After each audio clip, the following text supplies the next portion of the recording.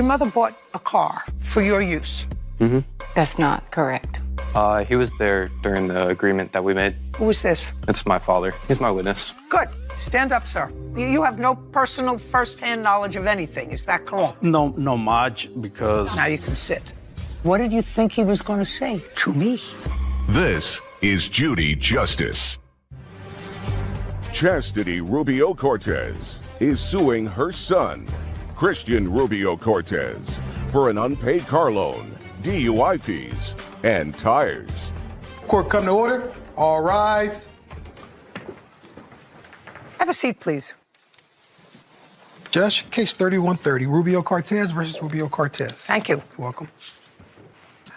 Miss Cortez, this is your son. How old are you? 19. What do you do for a living? Currently unemployed. I kind of just drive around and deliver food. Who is this? It's my father. Your father and mother are no longer together, I assume? No. Is he a witness for you or just here for support? Yes, ma'am. He's my witness. Okay. I'm going to start with you, Mr. Cortez. Your mother bought a car for your use. Mm-hmm. In what year? 2022. So at the time you were 17? Mm-hmm. Uh-huh is not an answer. Yes, ma'am. And what was the arrangement you had with your mother? We would buy the car and split it half and half. Explain that to me. You're going to cut the car in half? The price was $4,000, so I would pay $2,000 and she would pay $2,000. Did your mother have her own car? She did. So what you're saying is she was going to make a gift to you of the other $2,000? No, ma'am. She was also going to use the car as well. But she had her own car? She did. What kind of car did she have? She had a Ford Explorer. And what kind of car did you buy with your mother? It's a Honda Civic Coupe. What year? 2008. And what year is the Explorer? 2018. So if I were going to choose a car to drive around, I would choose the Ford Explorer rather than the 10-year-older Honda Civic. That's what I would choose. Take a vote here? Take a vote here? Yeah. Okay. Now, this is what the case is about. Your mother said you still owe money on the car. And your claim to me is you paid for half. Correct. And that's all you're supposed to pay for. Yes, ma'am. That's a pretty good story. Now, how old were you when you got your first ticket with the car? 17. What'd you get a ticket for? I was on my way home from work, and I ended up falling asleep. Fell asleep at the wheel of the car. What kind of work were you doing? I was working at a fast food restaurant. For how many hours? 8 to 10. What time of the day or night did you fall asleep at the wheel? I would say 6 p.m. Did you damage the car? No, ma'am. What did you hit? I just closed. And that was when you had just gotten the car? Correct. Now, when did you get your second ticket? It was in 2023. What did you get a ticket for? I got a DUI. Did you plead guilty to the DUI? I did.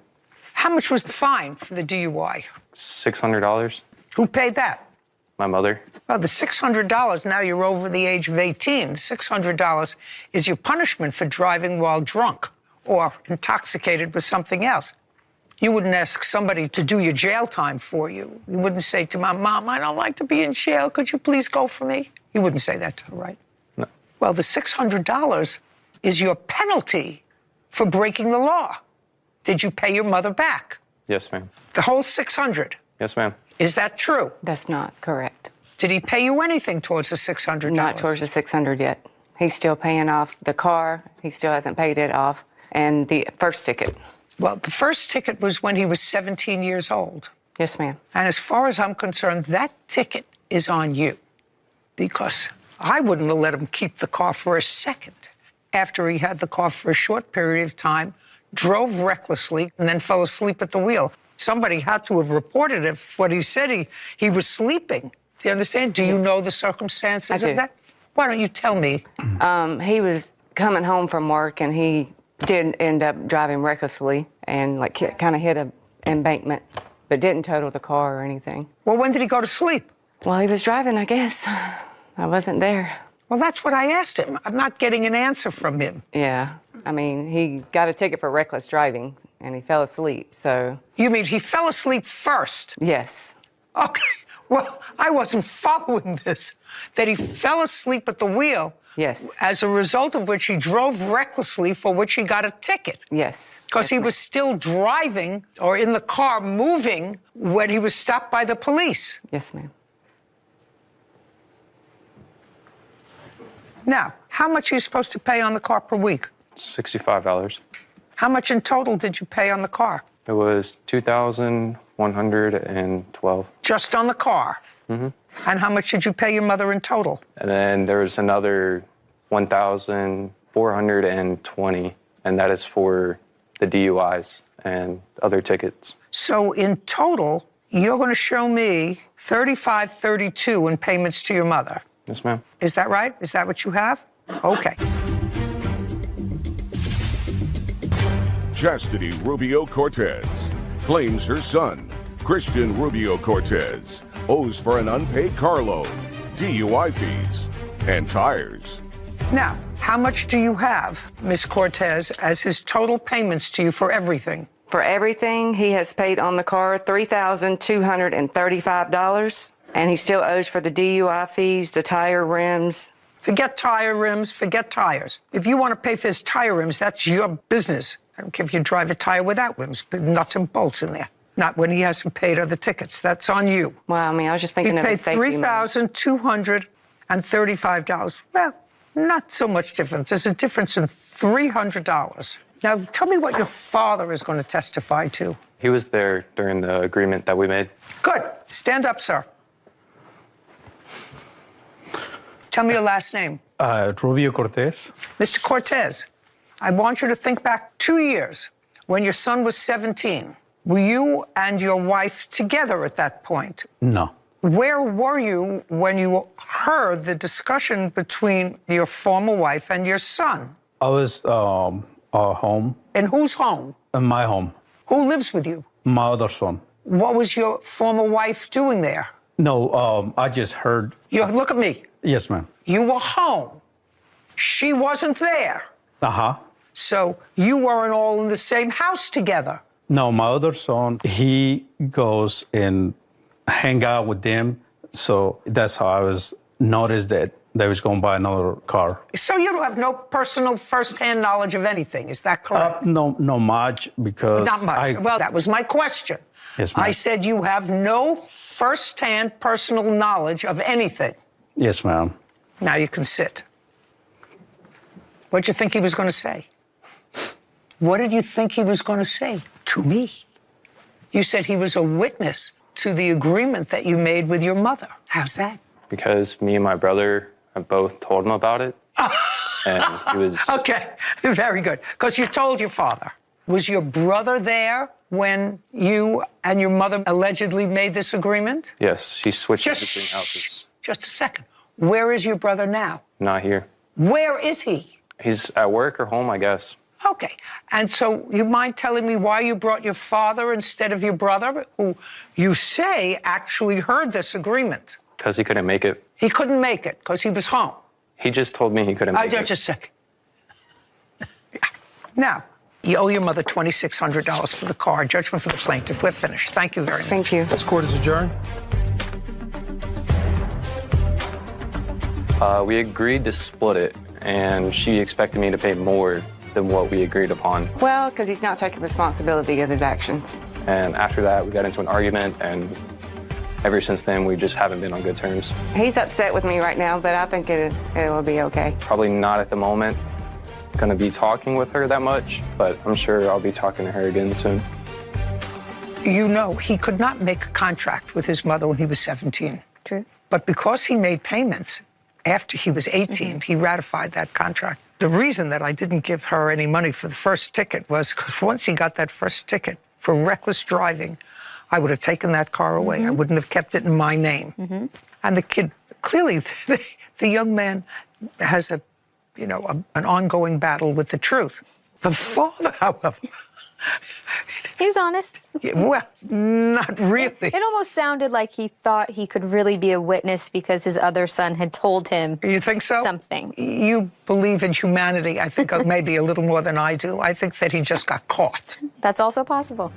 So you were cooking tacos. You started to yell because he was getting his food first. I was raised out in my house, ladies eat first before men. That's when her mom started tripping. This woman punched me in my face twice. He supported your family. Yes. You were eating tacos that he bought. Yeah, but That might have entitled him to take his food first. This is Judy Justice. Daniel Denham is suing his ex-girlfriend, Tamra Hoffbauer, and her daughter, Danae Outlaw, for an unpaid loan, unauthorized debit card charges, and a false arrest. Court come to order. All rise. Have a seat, please. Judge, case 3177, Denham versus Hoffbauer, outlaw. Thank you. You're welcome. Your last name is? Hoffbauer. That's your daughter. Yes. 17? Yes. Mr. Denham, you first met Miss Hoffbauer, according to your complaint, years ago. Is that correct? Yes. And that was in Minnesota, Yes, it was. where you were both living. Yeah. How old are you, sir? 31, ma'am. And how old are you? 40. You have 3 children? Yes. How old are they? 15, 17, and 19. How old were you when you met the defendant? 19. And how old were you? I was 30, 31. Doesn't all add up, but close. And you had a physical relationship. Is that right? Yes. Then you moved to California. Yes. In what year did you move to California? Well, I moved out of town first, and then I later moved to California right after. But I was about like 8 years into that. Okay. And then somehow you and Miss Hoffbauer reconnected. When was that? I was around, it's like November of 2022. It was the year of 2022, I know that for sure. I'm not quite sure of the date, but it was in... You reconnected how? On the internet? Yes. And according to what I read, you became close again, and you decided that you would move back to Minnesota, where Miss Hoffbauer lived with her 3 children. Mm-hmm. Is that right? Only under the conditions of what I was doing for her, of course. All I made was a stark statement, which was you decided to go back to live in Minnesota with Miss Hoffbauer and her 3 children. My apologies, yes. And she didn't have any money. She had lost a job, she says. She was struggling financially. Where were you living, Miss Hoffbauer, when you were having this internet romance with the plaintiff? In 2022, No. Oh. Just answer my question. Where were you living? In my car. With your 3 children? Yes. So you sent her $6,200 in order to find a place to live for herself, the 3 children, and you were going to join them. That's the story that I'm getting. Is that right? Yes, and it was also to fix her car, too.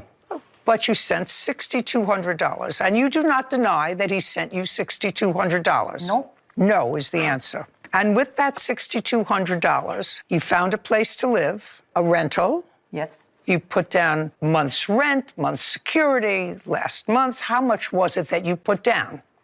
$3,500. And what did you do with the rest of the $6,200? I fixed my car. I needed... Just a second. You sorry. fixed your car. Yeah, fixed my car.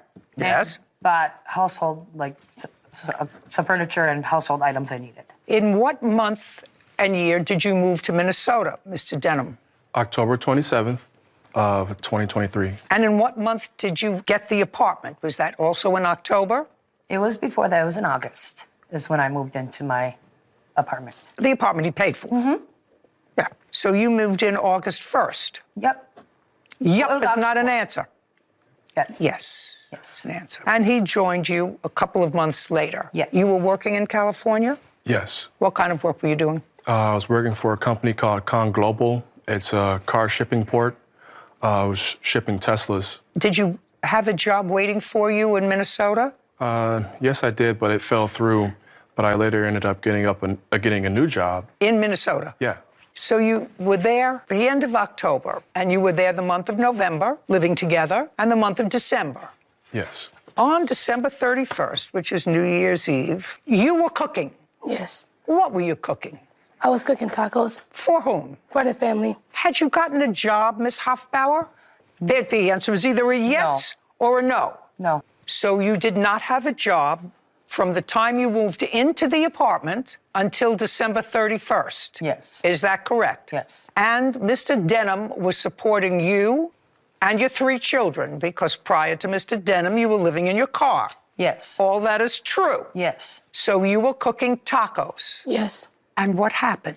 Okay, so the meat had just got done. No, just a second. You were cooking tacos, and what happened? And he got up to get his food first. To get his food first? Yes. And? I have felt some type of way. You speak slowly so that I can hear you. I have felt some type of way when he got up to get his food first. What did she say? She felt some type of way when he got up first Well, to get his food. what kind of way? Don't speak. What kind of way did you feel when Mr. Denham got up to get his food first? And I want you to speak slowly so I don't have to use an interpreter. I felt like aggravated, like, because, like, I feel like he shouldn't have got his food first. Like, that he should not have? No, because, like, I was raised out in my house, ladies eat first before men. That's how I was raised. And I felt some type of way when he got his food first. Okay, so you were annoyed, some type of way. Yep. An unhappy type of way. An unhappy type of way when he went to get his food first, right? Is not an answer. Yeah. Yes is an answer. Daniel Denham claims his ex-girlfriend, Tamra Hoffbauer, and her daughter, Danae Outlaw, owe for an unpaid loan and unauthorized debit card charges. Tamra is countersuing Daniel for an assault. Okay, so what did you do? What did you do? I walked away after, and then he started arguing with my mom. No, you said something. Look at me.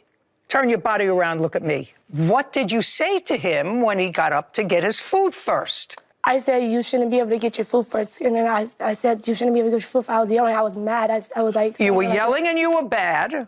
Just a second. That's better. Because it's like I was there, right? Like I have a camera inside. So you started to yell at Mr. Denham because he was getting his food first. Yes. I want to ask you this question. You had now lived in the household with Mr. Denham for 2 months. Yes. Had you ever heard your mother and Mr. Denham arguing? Yes. What did they argue about? Money. What was the argument about? It was about him trying to say that my mom has to give all the money that he gave to my mom back to him. Okay, so that they were arguing about this $6,200. Yes. That he said, you have to give that back to me. Yes. And your mom said... My mom said that she didn't... No. He said, you have to give that money back to me. Yes. And your mom said what? No. No. And that's what they argued about. Yes. Yes. So now you're telling me he's got to wait to eat dinner. Yes. And you were yelling at him. Yes. You yelled at him first. Yes. And then what happened? After I yelled at him, he went to the bed to sit back down to eat his food. And then that's when my mom stepped in to defend me because he was still arguing with me. Just a second. He sat down on the bed to eat his food. Yep. Yes. And then your mother came out and he's sitting eating his food. Yes. And what did your mother say to him? Nothing, because we were still arguing. Me and him were still arguing. What were you arguing about? He was eating. He was eating, and he also said that he spent $50,000 on me by myself. That's what made me really mad because I don't like when people throw money in my face. And then he was trying to throw money in my face, trying to say he spent all the money on me, and he never spent nothing on me. Well, you were living in a house he paid for. You were eating tacos that he bought. Yeah, but... You were living in Minnesota in December, where it's very cold, and he was paying for the heat, right? You were driving around in a car that wasn't working, that your mother had fixed with his money. Yes. All of those things are true, right? Yes. Okay. That might have entitled him to take his food first. So he's sitting and eating. Your mother comes over to defend you because you're yelling at him about he's taking his food. Yes. And then what happened? And then after that, him and my mom started arguing. Okay. Was he still sitting on the bed eating his food? So he's sitting. Is your mother standing or sitting? She's sitting on the bed, too. So she's sitting on the bed, and she's yelling at him, and you're yelling at him. And then I went in my room, and then I let them argue, and then they were both yelling, and then that's when they got, I don't know what happened, because I didn't see him slap my mom really like that. I went in my room, and then he just slapped my mom, and then that's when I came out there. Well, you said you didn't see that. No, I didn't really see, like... Just a second. You'd said, I didn't see that. No, I ran in my room, after I heard a little bit of it going on, I ran back out there. And, that's when I ran out there to call the police. I ran in the hallway, called police, and he ran out there after me, and he snatched my phone out of my hand and hung up the phone and said, don't call the police. And? And then after that, I ran into the neighbor's house and called the police for them to come because he was trying to take my phone and said don't call the police when he slapped my mom. You didn't see that? No. Now, somebody have a police report? I do. I'd like to see it. You have the district attorney's dismissal of your case? I wasn't able to obtain it. Okay, but it's over. Yeah. Your case is over. It was never tried. Did you speak to the police that day? Yes. Well, you just told me a story, then the first couple of lines of the police report are different from the police. I'm just telling you. Yes. The first few lines of the police report are different. You said you were raised that a man doesn't take his food first, they eat last. That's what you just told me, correct? She can read that back. That's why Whitney is here. Yes. You told the police that you argued about how much food he took to eat. How much food? Not that he went first. So that wasn't true, right? Yes. Yes. Well, this police report is interesting. It says that you got involved in this argument and you poked him in the chest and punched him in the right eye. That's what the police report says. Oh, I did not. That's what the police report says. And then he slapped you on the left side of your face with his right hand. That's what the police report says. Is that what happened, sir? No. Well, you want to tell me what happened? I'm going to tell you exactly what happened, Your Honor. Well, that's what I want to hear, exactly what happened. I was cooking the food since the beginning. Danae was nowhere to be found. I don't even know where she was at the time I was cooking. You mean the daughter? Yeah, the daughter. It's 8 pounds of meat. It was me, her, Danae, Samantha, and the other teenage daughter, Danae. Cooking the food, just cooking it. It's done. No one's trying to eat. I even said it was done. I scooped up my food, one taco, sat down and started eating. She goes in there, scrapes the pot. Damn, Dino, why you eating up all the food? Who said that? The daughter. Then she starts going off, telling me demands, telling me I need to get the out of her house. Is or that I'm what you calling said the to him? cops. Yes, it is. Shh. Is that what you said to him? Yes. Okay, and? Or she's calling the cops. And she started calling the cops. So I'm like, what are you doing? Why are you calling the cops? I'm not going anywhere. I've been paying all the bills, this, that, and the other. She just kept on going, and she ended up actually calling the cops. And I'm telling her, get off the phone. What are you doing? That's when her mom started jumping in the conversation. She started tripping. And once I brought up that I just helped you guys out from being stranded, this woman punched me in my face twice. You let go of her hand. I wasn't even trying to smack her. I was trying to block her from punching me. And I guess the block was like a smack to her, but I didn't smack her. Okay. It was like my fingertips. Whatever. nipped her. She put her hands on you first. Yes. That's what it says in the police report. Daniel Denham has accused his ex-girlfriend, Tamra Hoffbauer, and her daughter, Danae Outlaw, of owing for an unpaid loan and unauthorized debit card charges. Tamra claims Daniel assaulted her. Now, you were arrested, charges were dismissed. Ultimately, that case is over. Am I correct? Yes. This is what you're suing for. And I'm not even asking you. I asked your daughter. So I'm not going to ask you about the event. I'm just going to ask you as follows. It is true that August, September, October, November, and December, he supported your family. Yes. It is. That would be true. And if I believe your daughter, if I believed your daughter, which I don't, it would have been rude of her Yes. to say to him, what are you doing eating that food first? Yes. Would have been rude of her. Yes. And when she came to get you, did she come to get you or did you hear her? I was in the living room. I was out there. Okay, so you were there. So Yep. you heard what happened. I saw everything, Your yes. daughter was rude to the man who was taking care of you and your family. He hadn't been rude to you. Yes, he was. Tell me when he was rude to you on December 31st. He was rude earlier all day that day. He's had an attitude the whole day. Okay, now, when the police arrested you, how long were you held?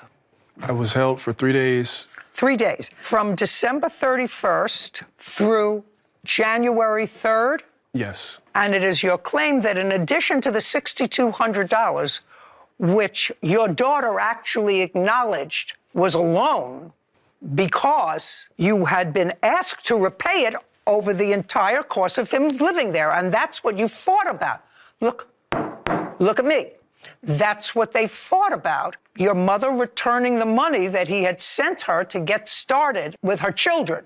They fought about that. Yes. That's what you said before. Yes. Now, Between December 31st and January 3rd, when you were released, were there charges made on your credit card? Yeah, he spent all my money. Just a second. Well, I would like to see that.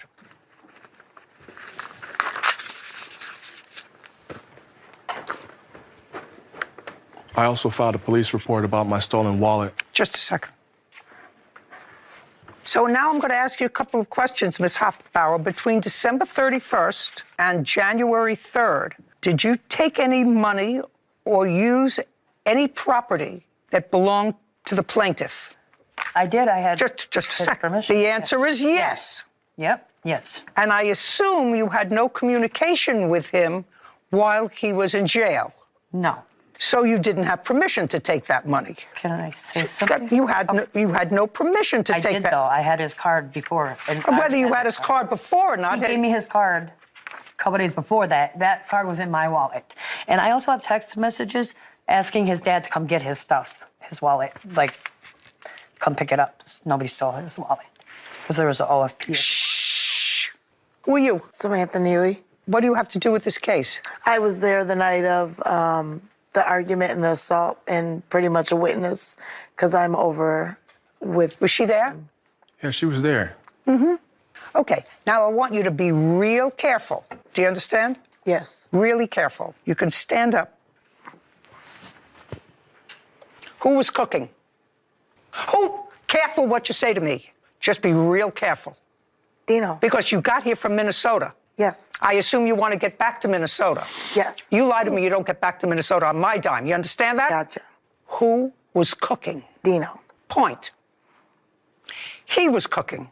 So far, we're doing okay. And when he was finished cooking, he took his food and went over to sit down where? Onto the mattress in the living room. Okay. Now, when he took his food, what did she say to him? She yelled out loud, "You're taking too much food. You shouldn't eat first. Kids and ladies should eat first." And what did he answer? He answered, "There's enough to feed everybody." There was nothing wrong with that, right? Right. Right. When did she tell him to get out of their house? Right then and there. Right then and there. He said, "There's enough to feed everybody," right? Correct. And she said, "Get out of my house." Correct. Now you can sit down. You can go home to Minnesota. You see, the witness says you're a liar. Do you understand that, don't you? Huh? Yes. Your witness, $6,200. How much was withdrawn in total, Mr. Denham, while you were incarcerated?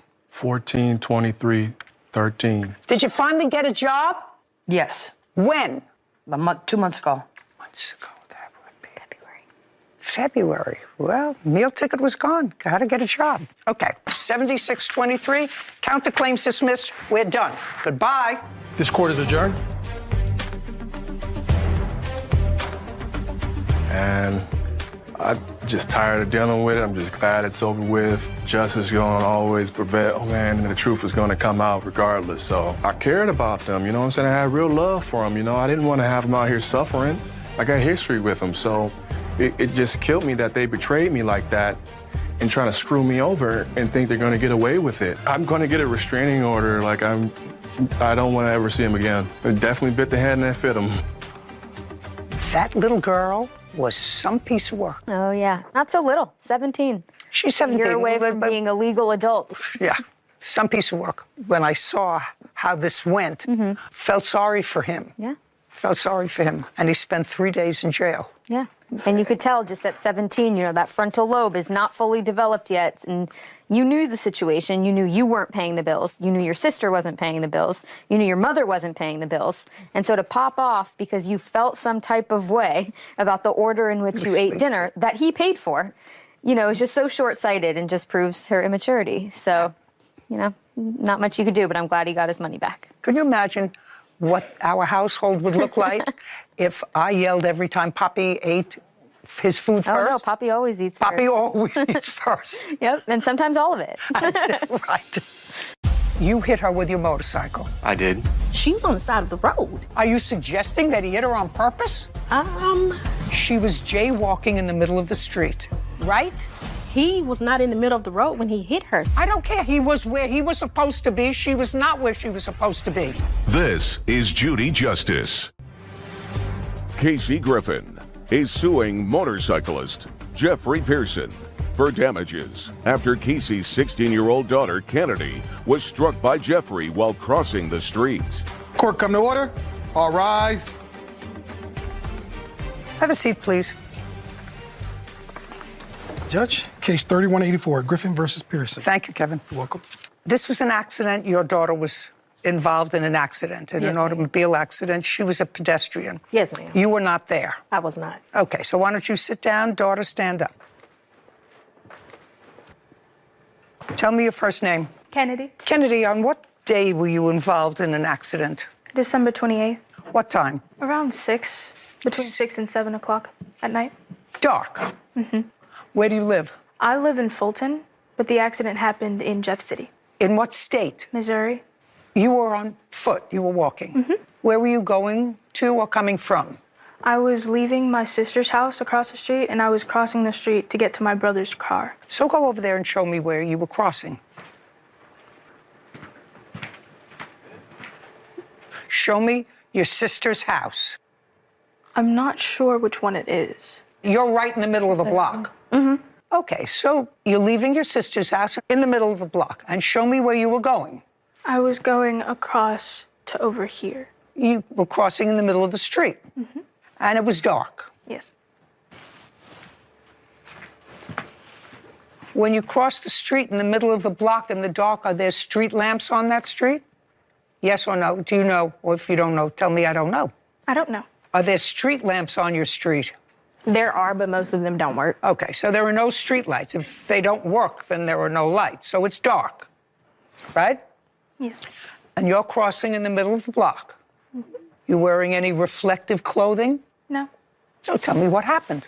So me and my brother went to visit my sister. She lives in Jeff City, which is 30 minutes away. I got all that. You're crossing the street. We were gonna leave, so we were gonna get in my brother's car instead of my sister's. My brother had parked across the street, and he had already crossed the street, so I was going behind him. I had looked both ways. There was nobody coming, so I was crossing the street, and my sister was behind me. She hadn't gotten on the street yet. And as I'm walking, in my peripheral vision, I see a motorcycle come like from off the intersection, turn onto the road that I'm walking on. And I wasn't close to the end of the road at all, so I figured he would have time to see me. Let me stop you right there, and let me process what you just said. You thought that he would have time to see you. Yes. You were thinking what he would be thinking. Yes. And? And I was already more than halfway across the street. I only had a few more steps to get to the other side.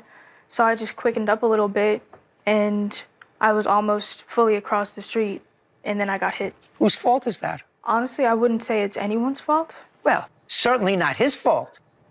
Certainly not his fault. You saw him. Yes. Okay. You're jaywalking in the middle of the street, not at a corner. You saw him, and you said to yourself, Self, I think I can make it, right? And you didn't. I mean, you don't think that this man sped up because he saw you to hit you, right? Of course not. You don't think he hit you intentionally, right? No. You understand that you were in the wrong crossing in the middle of the street. No. Well, you are. You're supposed to cross at the corner. That way, people stop. I don't know if you have stop signs, if you have lights. Stop signs or light? Neither. Where? There's not a stop sign or a light. There's a light at the very end of the street. Okay. Well, I'd like you to go over to the street where you live. And I want you to show me where the light is. It's not in this picture. It's at the very end. Okay. Now, on the other street, below... This one? That one. Is it a two-way street? Yes. It's a two-way street. And at the intersection there, you have 4 lanes of traffic, and you're telling me there's no stop sign or yield sign? There's a stop sign here. Well, that's what I'm saying. Of course there's a stop sign. So at the other end of the street, there's a light, and at the corner, there's a stop sign where vehicles have to stop. Right? Right. Now you can step back. So you got hit. And what happened? I didn't black out.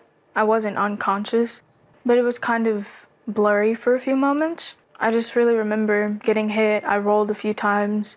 Everything really became clear again. A few moments later, my legs hurt a lot. I stayed on the ground for a while. I don't know exactly how long.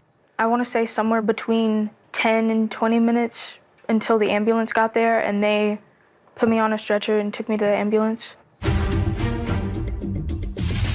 Casey Griffin claims motorcyclist Jeffrey Pearson hit her 16-year-old daughter, Kennedy, while crossing the streets. Jeffrey is countersuing Casey for motorcycle damages. Go ahead. I remember he was there too. He apologized for the accident, and he said he didn't mean to do it, and I believed him. I said, it's okay, and I said, thank you. At some point, he left.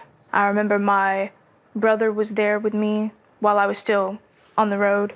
And where was your sister? She was there. I could see her pacing in the peripheral vision, and I could see she was on the phone with somebody, but I couldn't hear. And I think there were 3, maybe 2 people around me. My brother was definitely one of them. He was right to my side, on the ground, kneeling above me, and he had called my mom. Mm-hmm. There was another person, I think somebody who was just driving and got out of their car, and he said... No, don't tell me what anybody said that got out of their car. All right. You can't. It's the law. You can't tell me what somebody else said.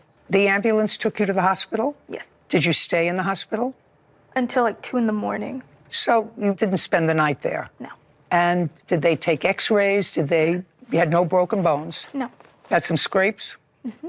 I'm going to ask you a couple of other questions that maybe you don't know. Now I'm going to have your mom stand up. When this happened, the defendant gave someone, either your brother or your sister, his information, his insurance information, etc. That's correct, sir? Yes, ma'am. And did you contact his insurance company? Yes, ma'am, I did. And ultimately, his insurance company said the accident was your daughter's fault and they weren't covering any of her expenses. No, that's not what they told me. What did they tell you? They told me that he didn't have coverage. I have the voicemail for it. Did you have coverage? I did, ma'am. I do believe that they didn't cover it because it wasn't my fault. That's what I was told. Do you have a letter from your insurance company? I have one of my insurance cards, a picture of it. Okay, I'll take a look at that for now. After his insurance company told you either he didn't have insurance or they weren't paying the bill, did you consult with a lawyer? No, ma'am, I didn't. Okay. Now, you just heard your daughter tell me, and she's absolutely charming, lovely, honest, that she didn't think this accident was anybody's fault. You agree with that? I don't. From what I've been told, no, I don't. I'd like you to tell me why. Let me recap the facts for you. Okay. He hasn't said a word really yet, but from what your daughter tells me, and as I said, she's lovely and bright and articulate and I think honest. Mm-hmm. She is. She was jaywalking in the middle of the street, not at a stop sign, not at a light. I haven't asked him, but it's clear even from your daughter's rendition that he certainly didn't intentionally hit her, right? Your daughter says that her brother jaywalked first, crossed over. She was going second, and her older sister, I'm right, you were her older sister, right? Yes. Was behind her. She said when she got almost to the middle of the block, she saw from her peripheral vision. I was more than halfway across the street. She was more than halfway across the street. She saw in her peripheral vision his motorcycle, which had its lights on, but she thought she could make it because she said, I thought that he would see me and either stop or go around. I don't know what you thought, either stop, go around. She thought that he would be able to see her. It was like looking in a crystal ball. And he did, in fact, hit her because she was mistaken. He didn't see her, right? No lights. She's crossing in the middle of the street. She saw him. He didn't see her. And it was an accident. Because what my shock is that you are suing him for not only actual damages from whatever out of pocket you may have had, but punitive damages. And you know what that is? Yes, ma'am, I do. To punish him for a wrongdoing.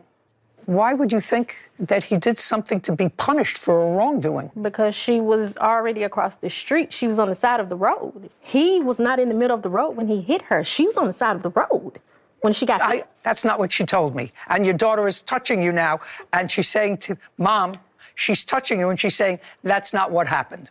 She wasn't, your daughter didn't tell me that she was not in the middle of the road. I mean, when you say middle of the road, she wasn't on a street. She was crossing. She's not supposed to cross there. That's what I'm saying. That's what she said, but she was already across the street. My daughter has the pictures where the motorcycle was when she was hit. Her I head would like to see that. If you, just a second. If you have proof,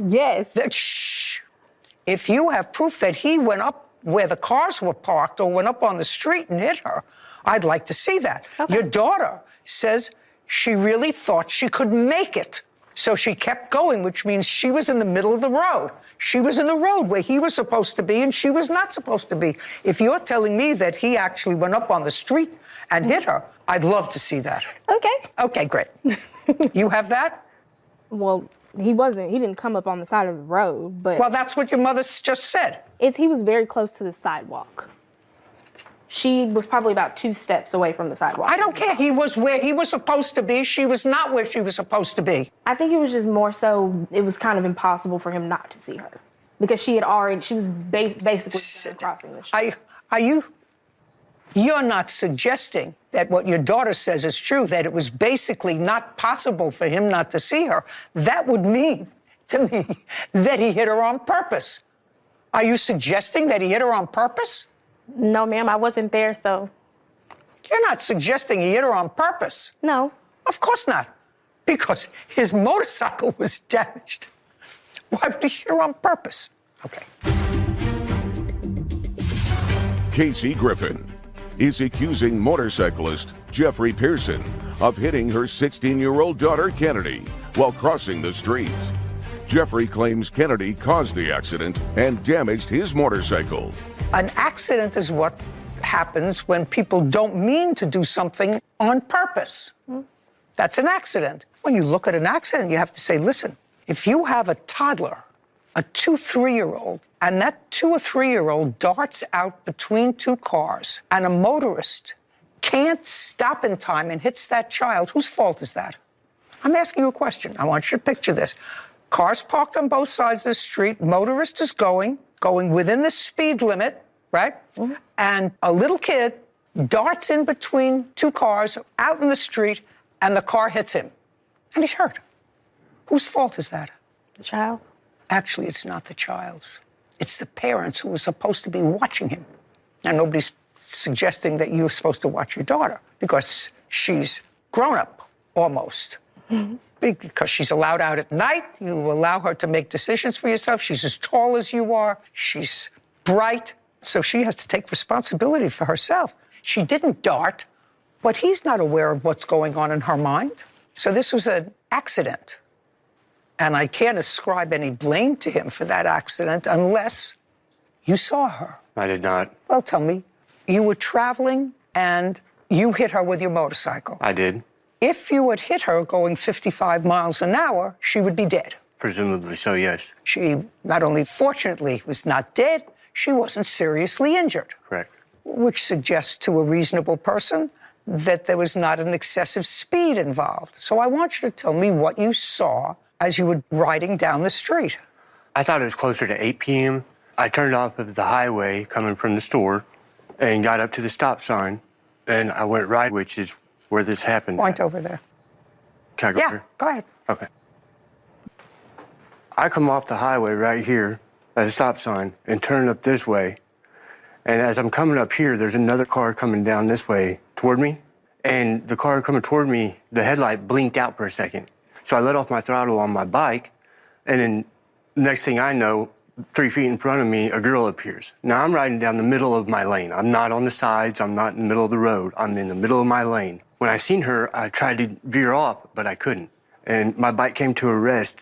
Right there's the entrance to the parking lot. My bike came to a rest right here. She was right here at the corner of that entrance, and I was off my bike trying to help her. Okay. What happened to your motorcycle? It damaged the front end of it. I mean, it demolished the front end of my motorcycle. I have pictures if you'd like to see them. I would. I also have an estimate on how much damage it did. This is an older bike. Yes, ma'am. Yeah, I can see it's an older bike. What year bike is it? It's a 1994. When did you buy it? About a year ago, year and a half ago. Who'd you buy it from? On the internet. Bought it off Facebook. How much did you pay for it? I paid $1,500 for it. Just for giggles, I want to see the estimate that you're going to give me.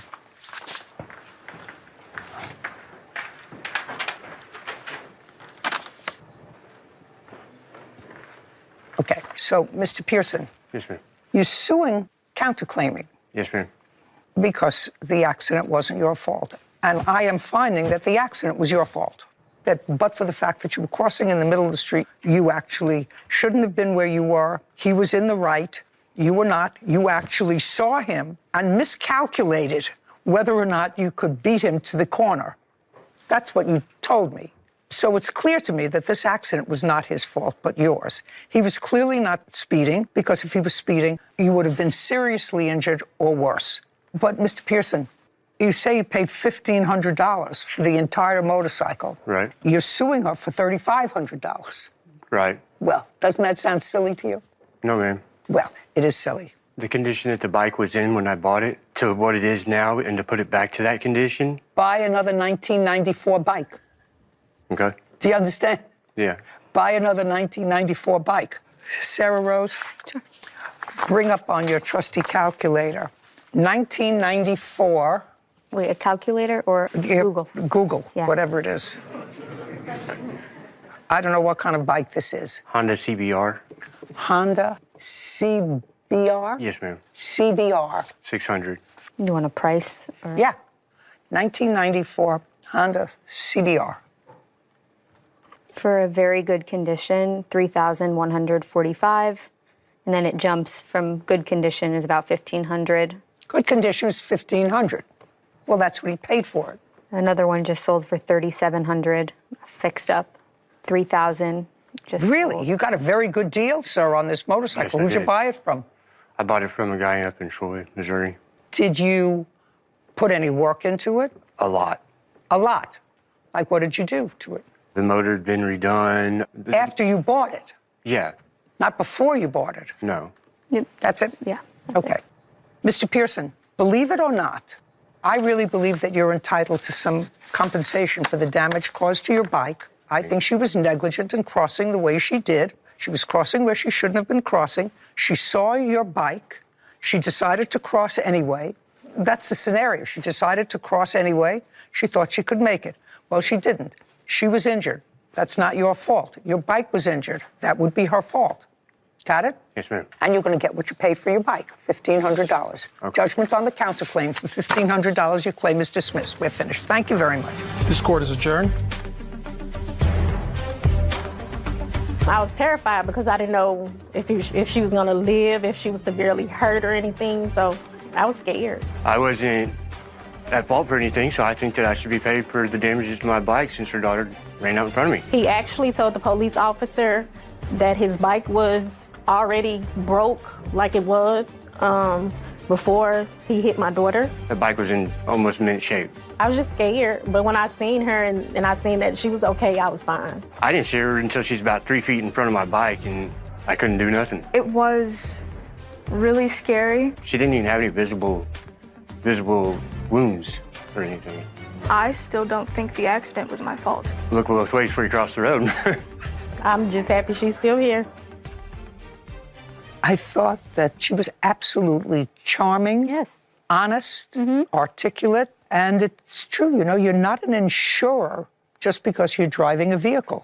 You're not. I mean, the example that I gave about the toddler crossing the street. I think she understood after that. It helped her put it in perspective a You little think bit. so? I think so. I hope so. She and her mother should just be grateful that she had a couple of scrapes and bruises, but nothing worse than that. Yeah. Because if he were going any faster or if it was a car, she wouldn't be so lucky. Yeah, I agree. Yeah. Cross at the green, not in between. That's what you teach your children. I didn't always do that, but if you don't cross at the green, not in between, and if you get into an accident, It's your fault. It's your fault. You got out of the car, and he punched you. Absolutely. He proceeded to keep pounding on me. There is no indication here from you to the police that he ever put his hands on you. He beat me up. Be careful. I've been doing this for 50 years. Do you understand? This is Judy Justice. Lucretia Gaines is suing her ex-brother-in-law, Dwight Francis, for assault and a false arrest. Court come to order. All rise. Have a seat, please. Hello, Judge. Case 3030, Gaines versus Francis. Thank you. You're welcome. Miss Gaines, who is this? My witness, my twin sister, Lucinda Gaines. And your sister is married but in the process of divorcing the defendant. Actually, they're already divorced. When were you divorced? August 18th, 2022. Okay. The events surrounding this case happened in November of 2020. Yes. Each one of you claim that they were assaulted by the other. In November of 2020, your sister and the defendant were having trouble in their marriage. That be a fair statement? Yes. And your sister had complained previously to you that the defendant was trying to get her in trouble, alleging that she assaulted him. Absolutely. So on November the 8th, you receive a call from your sister. No, we was already on the phone, Your Honor. So you were on the phone with your sister. Yes. And I want you to relay the conversation that you had with your sister on that date. Well, we were just sitting there chatting like we always do. We were just laughing, talking about her schoolwork. I was talking about my schoolwork. We both had tests coming up, so we were just relating to each other in that manner that we always do every day. Okay, let's go. Move it along. Anyway, all of a sudden, I heard, after an hour of talking to her on the phone, I overheard him say, "Let's fight. Let's do this without the cops." And I was like... You heard him say, "Let's fight. Let's do this without the cops. We could fight right now. We could fight right..." I want to be very clear, because Whitney is taking... Let's do this without... The police. The police. That you remember. That I remember. Don't speak. Let's do this without the police. And what's the next thing you heard him say? They just started arguing, so... Just a second. Would you go back, Whitney, please, and tell me what the plaintiff said? She said that he said two things. Yes, let's fight. Let's do this without the cops. Let's fight. Saying that to my sister. Shh. Let's fight. Let's do this without the cops. Which one was it? You said, let's do this without the police. That's one. Or let's fight. Let's do this without the cops. Which one did you hear? I overheard him say both things to my sister, and I just hung up after that. What both things? He said, I didn't have no idea he was there. I said, "Cinda, who's that?" She said, "Dwight." I said, why, what's going on? And then I just hung. She was like, "Oh, going on?" Yeah, and I just hung up. I said, "Okay, I'm just gonna hang up." Why? Because they was husband and wife. Maybe it was just something they was just going through. I didn't know. Now, just a second. Let me explain something to you. I'm beginning to suspect what you're telling me is a whole lot of who shot John. You're on the phone with your sister. You're talking about tests like you're talking about every day, blah, blah, blah, blah, blah, blah, blah, blah, blah. Then you hear something that would cause me concern. You hear, let's fight. Let's do this without the police. And according to you, what you said to me was, so I just hung up. I said, "Cinda, I'm gonna hang up and I'm gonna call you back." She was like, "Oh, I'm gonna handle this." Just a second. Don't speak. Yes. Let's go through it again, because now we're getting a different story. Let's do this. Let's do this without the cops. And then, what did you say to her, and what did she say to you? I asked her, "Who was that in the background?" You said, "Who was that in the background?" And she said, "Dwight." I said, What? "Oh, I thought he didn't be there anymore." Okay. And so she was like, "Oh, I'm gonna handle it. I'm gonna just call you back." So I said, "Okay." Okay. She said, "Oh, I'm gonna handle it. I'll call you back." So you didn't just hang up. Just a second. You didn't just hang up. No, I didn't. You had a continued I didn't really want to conversation. hang up, but I hung up because she You didn't have. You didn't just hang up. You had a conversation with your sister, and your sister said, I'm going to handle it. That's what you said she said to you. Absolutely. After 20 minutes, I called. So I felt like they got into a fight. Why I felt that way, because I don't care why he had her just arrested. Just a second. I don't care why you felt that way. Yeah. I don't care what you felt that way. Because he got her arrested on October 27th, 2020 for assault. I had no idea. I was calling her. So we had her arrested in October for domestic violence. Yes, 2020. And then so a month before, he had her arrested for domestic violence. What happened to that case? Do you know, Miss Gaines? Do you know? The answer is yes or no. No. But you know he had her arrested. Okay, so now we're in November. Your sister has clearly allowed him back into the house, right? She didn't say, it's Dwight, he doesn't belong here, I'm going to call the police, because according to you, she's having a pleasant conversation with you. And he's talking, who is that Dwight? Oh, he's here. So you went to your sister's house. Mm-hmm. You didn't call the police because you were worried. You went over to your sister's house. Now I want you to tell me exactly what happened. Be careful, because you know, I've been doing this for 50 years. Do you understand? Yes. What you're about to tell me, I've heard 100 times, all different kinds of versions, but certain things make sense and certain things don't. Do you understand? So now I'm going to... I thought the police would be there by the time I got there because my sister told me... I don't care what you thought. She told you what? She told me she was going to go to jail and I just wanted just a minute. We're getting a lot more into this conversation now. Hold on. First we started with I hung up. And then you said, my sister says to me, when did when I called back, she said... Just a second. So you called back and you got her on the phone. I said, okay.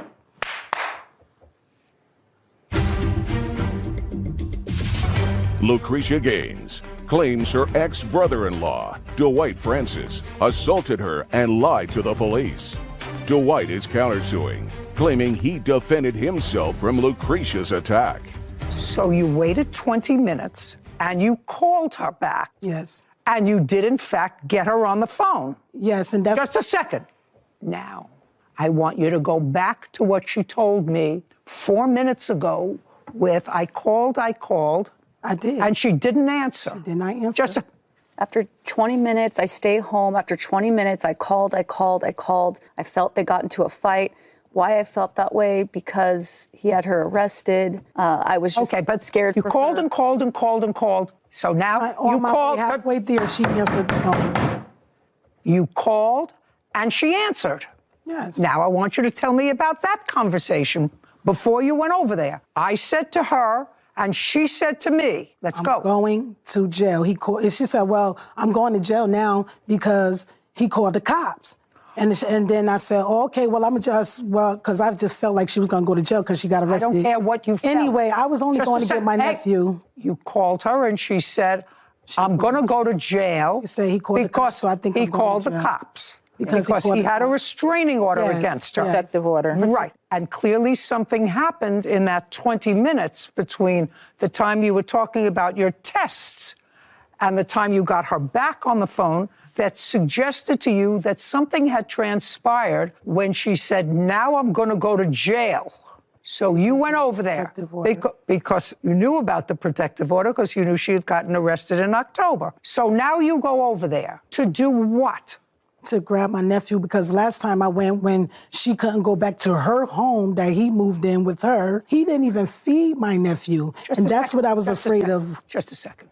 Is that their child? No. You went over there to get your nephew. Yeah. Now, what happened when you got there? When I got slowly, because right now you see, it doesn't go well. I know. You understand? Understood. Okay. So now you go over there. When I got to their home, the defendant was standing outside.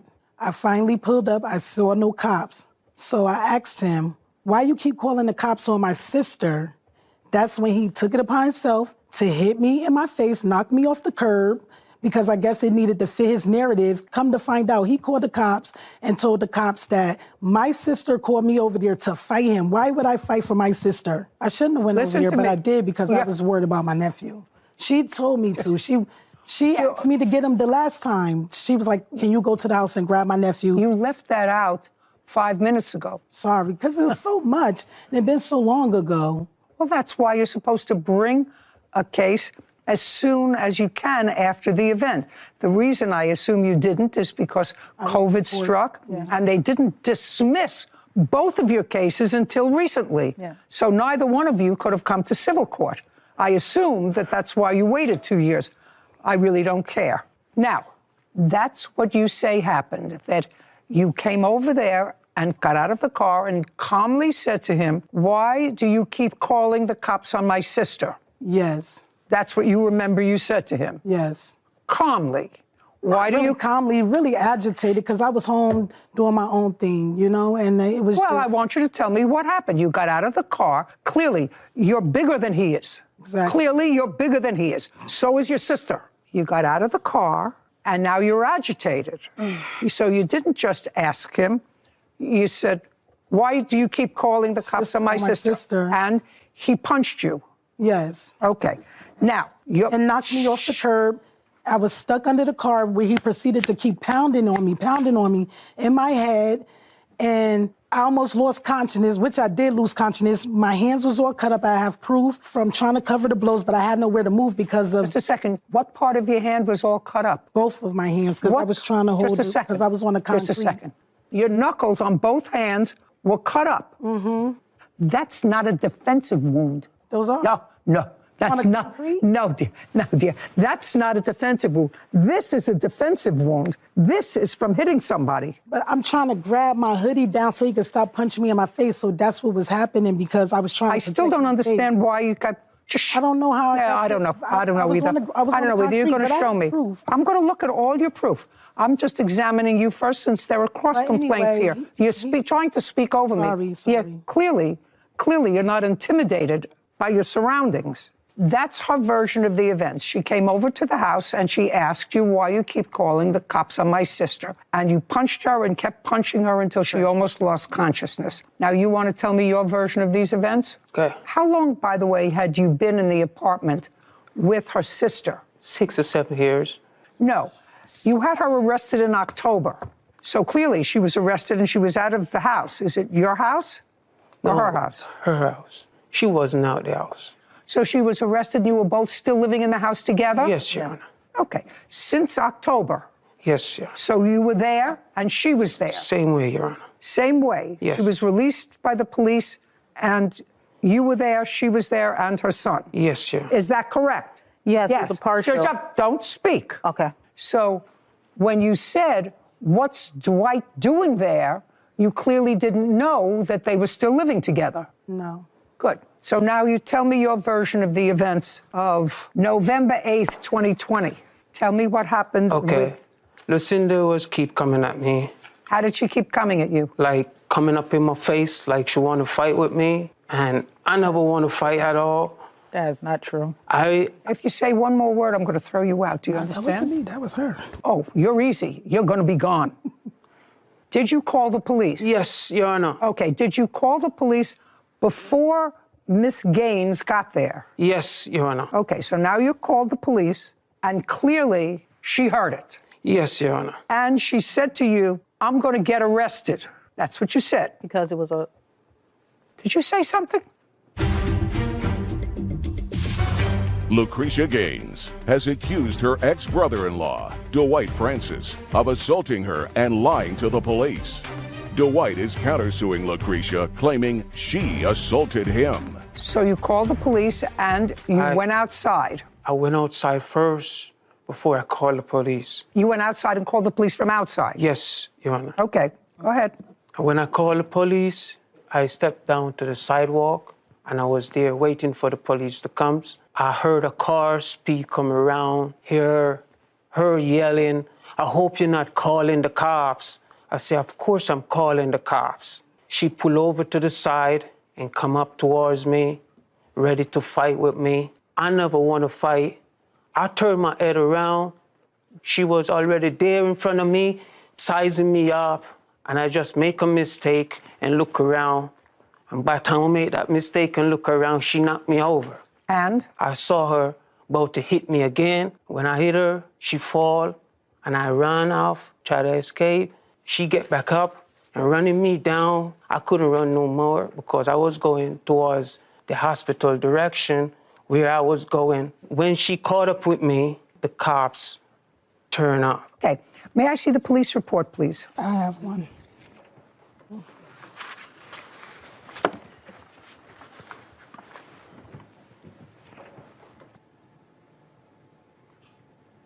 Well, it's practically impossible to determine which one of you instigated the physical part of this altercation. Each of you claimed that the other threw the first blow. Listen carefully to what I'm saying. That's what she says, and you said that she hit you first. So it's impossible to determine who hit who first. However, the police report is very telling. It says that when the police arrived, they found you on Kensington Street.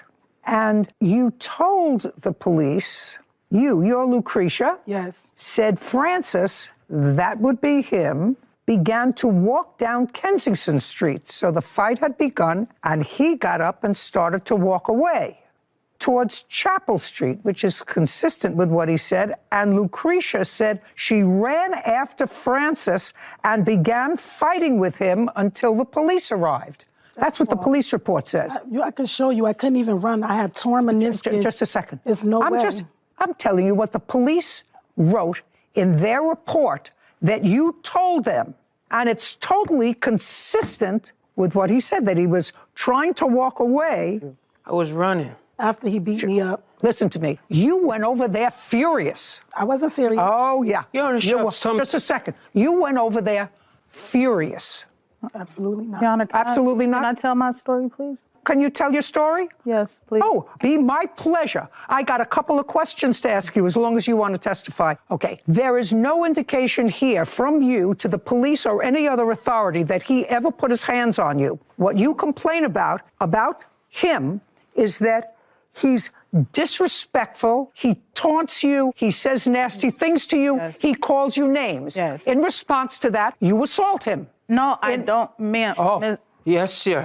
He had me falsely arrested. Yes, he's small in stature, but I don't know how he keep manipulating the system. This man is dangerous. You have to understand something. You told the police that he doesn't... We never had a physical altercation. That's why I don't know where he's getting these things from. It's like once he found out we were going to divorce, he didn't want to leave the house. So that's why he kept having to try to put a case on me. All may be true. Yes. There is no indication here, as a matter of fact, quite the contrary, that he ever put his hands on you. He never put his hands on me, and I never placed a hand on him. Your sister did. Now you can sit down. Go. Can I just tell you how we even got here? No. All I want to say. No, I'm just telling you. I don't care how you got here. This happened 2.5, 3 years ago. And the reason that you're here is because of an incident that had in its beginnings you going to a place where you had no right to be. Can I please show you the medical reports? Because there's no way I ran down the street. Just a second. I'm going to read what you told the police. After a brief verbal altercation, Francis punched her in the face. They both began fighting in the middle of the street. Francis then began to walk down Kensington Street towards Chapel Street. Lucretia said she ran after Francis and began fighting with him until the police arrived. Okay, your case is dismissed. All right. Now, you have any medical records of your injuries? Yes, I'd Your like Honor. to see them. I have scar to it. Just a second, I'd like to see them. I'm telling you, I did not run after him. How can I run? How can I run after him if my knee, a torn meniscus? Do you want me to play the tape of you walking through the door into the courtroom? Yes, you did. I could walk, yeah, but I'm still right, in you pain did. for the rest of I my can life. play the tape back for you if you like. Surgery, Your Honor. Not only is the case going to be dismissed, but because I see you can't control yourself. Even in a courtroom, you can't control yourself. I'm hearing his case now. He's got a cross complaint. And as far as I'm concerned, you were the aggressor. You went there. I did. To a potentially aggressive situation by yourself. By yourself. She have something in her hand too. I never see what it was, but I know she threw it away. Do you think I need your help? Okay. Forget it. Telling you, this man is dangerous. You'll see he'll be arrested again. See what I mean? You can't control yourself.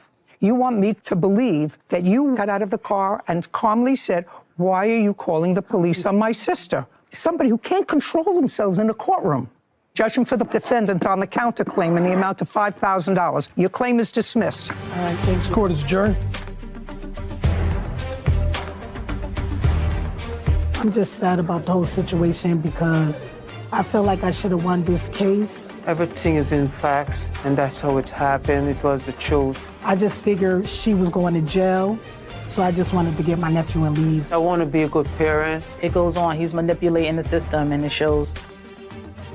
That whole case just seemed like a mess all the way around. I think the plaintiff went there maybe a little hotter than she was ready to admit. I think the police report seemed enlightening after you took a look at that and read her own account of what she told the officer. And, you know, he didn't seem like Prince Charming either, though. So I'm annoyed that you gave him the judgment. I agree with it because it was so unclear. I gave him the judgment, actually. Because she couldn't control herself. I knew. Because you're in a courtroom setting and you try to take somebody's demeanor in a courtroom setting, which is intimidating. I mean, I'm intimidating. I know that I'm intimidating. Couldn't control herself. Yeah. You know, you have to couple the law with common sense. He's no doll, for sure. But he extricated himself from the house because according to her, and then down the street. he was outside when she got there. The police report was clear. He again tried to extricate himself by walking away.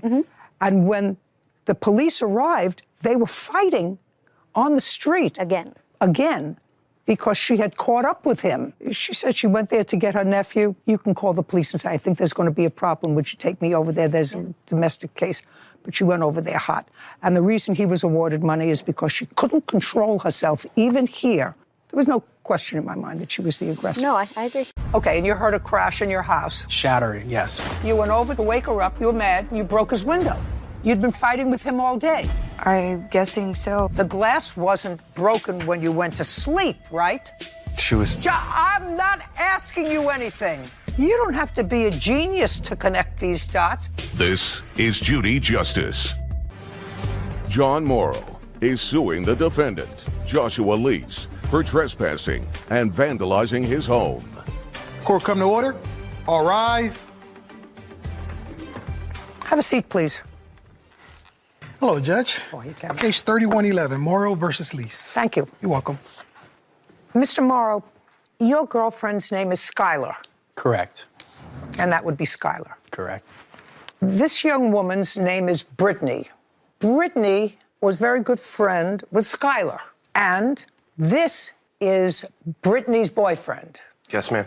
And what I gather was you and your girlfriend on September the 1st had a disagreement. Something like that.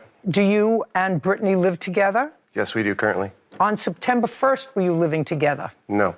When did you move in together? Not long after the whole incident, probably about a month or so after. Tell me about the incident that happened that caused Brittany to flee and go to the plaintiff's home. Sure. And, Kevin, I would like you to show Brittany to the waiting room outside. This way, please.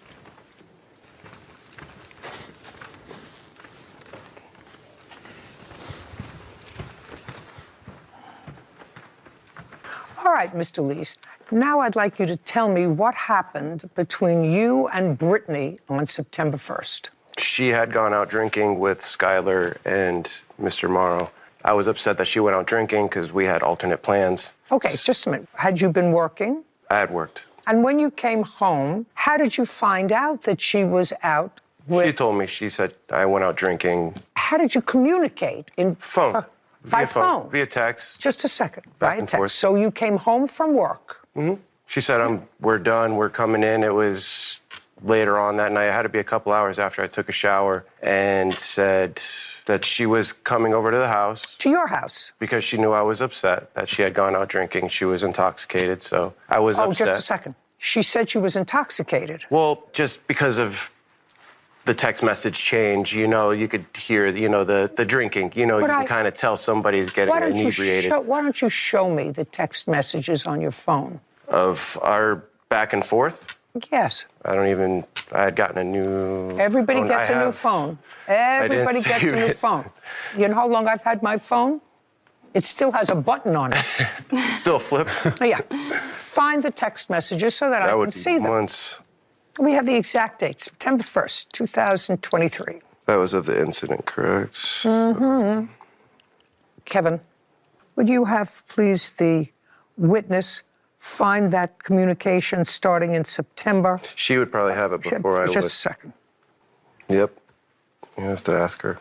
Stop that October 15th. Skylar, did Brittany communicate with you by text or by phone? By text. Okay. While I'm taking the rest of his testimony, would you check your phone, please, to see what the messages are on your phone for September 1st? Would you do that? Thank you very much. Okay, Mr. Lees. So you were annoyed because, as far as I believe you testified, you could tell that she was inebriated and getting drunker by her text messages. What prompted her to come to your house? Because she wanted to see me. She wanted to come over. She was going to come to your house. And which she did. She did? And what time did your girlfriend get to your house? It was late. It was midnight-ish. Did she come into your house? Yes, she came in. Just a second. Yeah. Did you let her in, or did she have her own key? No, she don't have her own key. So you let her in? Yes, because she Now I want you to start from the point when you let her in the house. I just was upset with her. I want you to tell me. Upset is a state of mind. I want you to tell me what she said to you and what you said to her. She wanted to stay the night. She was obviously, trying to sleep over. And I was still upset. She said, fine, I'm going to John's house. That's all that happened? And she said, if you want to come over, you're more than welcome over. I'll be sleeping in the front room. Okay. So you were upset. What did you say when you were upset to her? I just wanted space. I was irritated at this point, and I worked. So you said you wanted space? Yeah. Now, she was going over to this gentleman's house where her friend was. Is not an answer. Ma'am. And she left, and she drove to John's house. Yes, ma'am. What happened next? After she had left, I had left not that far behind her because I was more concerned about her safety. As I sat there, I was like, she shouldn't be driving right now. So as concerned, I left about 10, 15 minutes behind her. And when I got there, I had stopped getting responses. So it was to the point of like, well, what's going on? Well, this was about midnight. That's what you said. And she had left like an hour after. We sat there for a little bit and talked. Oh, well, you forgot to tell me that. Yeah. Well, I sort of forgot to tell me that. You said you wanted space. I did. I was just over the night and everything. It was a long night at work. So now we're at 1 o'clock. Because if you said you My chatted... time frames might be off a little bit here. They better get straight, sir. You've been in court before? In the past. In the past. As a young one. Okay. So, it's important that you remember, and you've had some time to remember because, according to you, you weren't drunk. You had just come home from work. So you should be clear-headed. So you did chat with her for an hour. Tell her how upset you were, and she wanted to stay. And you're all right, then I'm going to John. It happened in a very civilized fashion. Is that right? Yes, ma'am. Yes, ma'am. She can't take down I'm sorry. Okay. And she stopped responding to you. At some point, when you tried to text her, she was in John's house. Yes. That's what you said. Yes. What happened next? And then I got irritated that, she stopped responding. I just said, well, screw it. I should go home. I was getting eaten up by mosquitoes. And she did say, come knock on the window if I fall asleep to wake me up if you want me to come back over. Just a second. When did she say that to you? Before or after you told her that you weren't interested in her staying for the night? She said, if you change your mind, come knock on the window. I'll be in the front room. She said that by text? No, in person, in front of my garage as she was leaving. Do I look stupid? There's no sign here? No, ma'am. Okay. So you've been texting each other, but that she told you, she said, come and wake me up. If you change your mind. By knocking at the window. Because I didn't want to have sex. I was irritated. Well, what did you want to have when you went over to his house at 3 o'clock in the morning? I kind of want to apologize for being a Okay, so this is what the case is about. He broke the window in your house. Correct. And you wanted him to pay for the repair of the window. Correct. Got it. Simple as that. Should be. Now you can bring in Brittany. Morrow claims the defendant, Joshua Lease, is responsible for breaking his bedroom window. Joshua says he touched the window, but it did not break. Thanks. Okay, Brittany, you stand next to Mr. Lease. Okay. I have a few questions for you. Mr. Lease tells me that the two of you were not living together on September 1st. Is that right? Correct. And that night on September 1st, Mr. Lease was working. Correct. What time does he usually get home? I can't remember the day it is. Normally Tuesday, Wednesdays, he does work 14 hours. Sometimes on Thursdays, he does work 14 hours also, but I can. Do you remember? I don't want to hear. No. I don't want you to open your mouth. Yes, ma'am.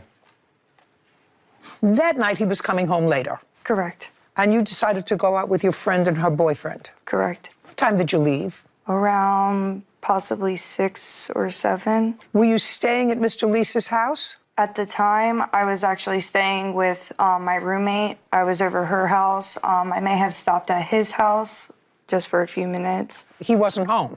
Yeah, correct. Okay. So now we're at about 6. You went out for dinner? Dinner, a few drinks. And how did you communicate with Mr. Lease that you were out for the evening with your friend and her boyfriend?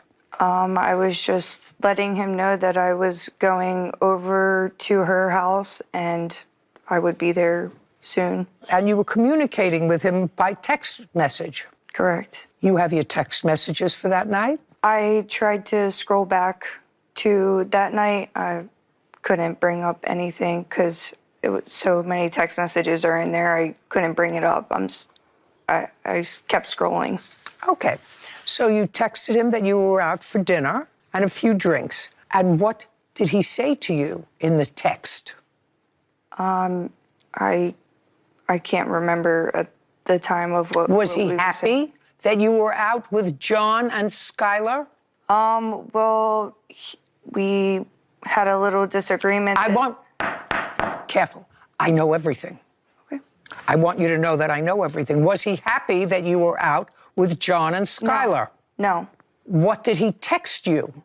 He was sending me messages to not come back until I was ready to come home the next day.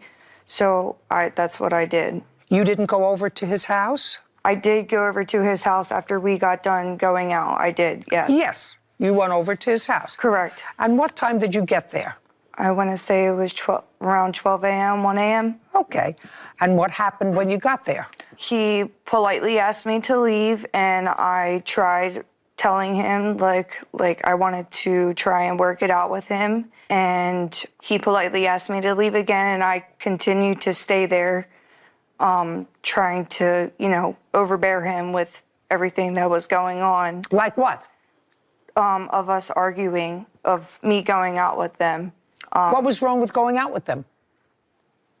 Look at me. Brittany, I'm asking you a question. What was wrong with going out with your friend and her boyfriend? What did he say was wrong with you going out? I was too intoxicated at the time. Is that what he said to you? I believe so. Were you drunk? I was. Did you drive to his house? Before you we drive went to out. his house at Yes. 12 o'clock? Yes. Drunk? No, I was not drunk. Well, just a second. You either were drunk or you weren't drunk. You said he was mad because I was too intoxicated, and you drove there. Were you drunk or were you not drunk? Now you're not drunk. I was drunk. I was so very you much drove drunk. So you drove drunk. Correct. And he told you to leave. He did. Politely. Politely. Just a second. Politely at first, yes. Politely. I just want to tell you who you're dealing with. I'm 80 years old, plus one. This is not stupid. How did he tell you to leave? At first, he nicely asked me to leave. And then I kept going on and on, continuing to ask him if I could stay. And it kept making him upset. It made him upset, which is understandable. I get that. And then And then what? I told You're him getting red in the chest. Be careful.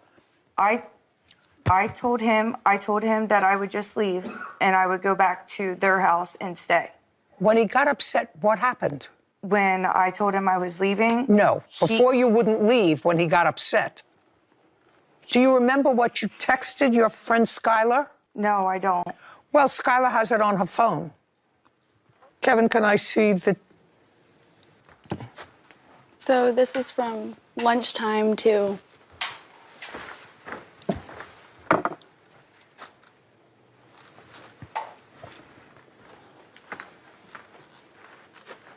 Well, you had been fighting with him all day. You'd been fighting with him all day. That's what you told her.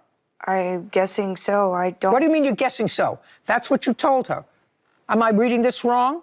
You weren't fighting with John. No. You were fighting with him all day. I don't remember anything that I had said. What's your first name? Mine? Yours. Joshua. Me and Josh have been fighting all night and day. I really don't want to sit around and think about anything. I've had 2 hours sleep, and that's it. Does that sound familiar? Yes. She tells you to be need clothes. I can see if I have anything in this bag, but I doubt I do. I'm crying. I'm trying to calm down before I get there. Does that sound familiar? I don't remember. You're literally dumb. You'll let your man hit you, and you won't call the police. That sound familiar? I don't remember any of the messages. Stand up, please. John Morrow has accused the defendant, Joshua Lease, of breaking his bedroom window. Joshua claims John is overcharging him for a window he did not break. Did you say to your friend Skylar he wants to resolve it, and he was saying he would literally give John money to help fix it? He just wants everything dropped because the police were called, correct? Correct. Okay. And this is you talking, correct? Correct. He was just trying to come wake me up to talk and apologize to me, and didn't think when he knocked on the window it was that hard. He said he truly didn't mean it at all and has repeatedly said he's sorry. Is that what you said to your friend Skylar? Correct. All righty. And then the response is, Brittany, he wrapped his hand around a blank shirt to punch the window out. He was just knocking. Are you blank kidding me? Are you guys getting back together? And you respond, he said he didn't wrap it up at all. He just said he just had it in his hand and didn't even use that hand. It was the opposite one. And I don't know. I told him things need to be resolved and things need to get fixed. If Johnny could just drop everything, I would be happy. Josh is going to make everything right. Now, how did you know Josh is going to make everything right? Because you spoke to him. Correct. And he told you he was going to make everything right with the window. He just didn't want the police involved anymore. I'm listening. Correct. All righty. What's the issue, Josh? You went over to wake her up. You were mad, and you broke his window. The window wasn't broken when I went there. So your girlfriend's a liar? I'm not saying she's a liar. That's what I was pressed. They were like, either you're going to... No. I'm not talking about the police. I'm talking to you about what you said to your girlfriend. She says you told her you're just going to make it right. Yeah. You'll make everything right. You just don't want the police involved. He was upset. I mean, what am I supposed to do? I was trying to make everyone happy. I'm trying to be a peacemaker here with this. All right. You were awakened, I don't know, it says 3 o'clock in the morning. Is that the time it was? It was about 4:51 a.m. Okay, and you heard a crash in your house? Shattering, yes. Okay, and what did you do? The house. Jumped up out of bed. We were dead asleep. Couldn't tell where it came from, so she started searching the rooms to see what happened. Brittany came out of her room. We asked her if her window was okay. She said, yeah. So I'm checking all the other windows throughout the house. Can't find anything. Finally, I go into Brittany's room, and there's glass all over the bed she was sleeping in, because the window was right next to the bed. Now, you remember that? That sound familiar? Brittany, pay careful attention. I have the phone. Does it sound familiar that there was broken glass in the room where you were sleeping? Correct. All right. Perfect. The glass wasn't broken when you went to sleep, right? She was. I'm not asking you anything. The glass wasn't broken when you went to sleep, was it? Correct. You remember Johnny coming down to look to see what the noise was? Yes. You remember Johnny coming down in the early morning to see what had happened? Yes. Do you remember him going into your room? Yes, but that was after, like, we searched the entire house. He searched with you. And then when he went into your room, where you had been sleeping, I assume, the window that was broken was in your room. Correct. All righty. You don't have to be a genius to connect these dots. I have a great-grandchild who's going to be a year old tomorrow. He could connect these dots. How much did it cost to fix the window? The replacement window was $2,020, $81.20. You have the... I do.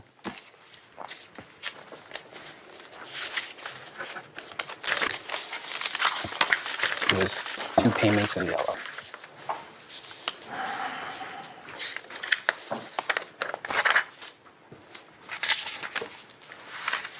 $2,081.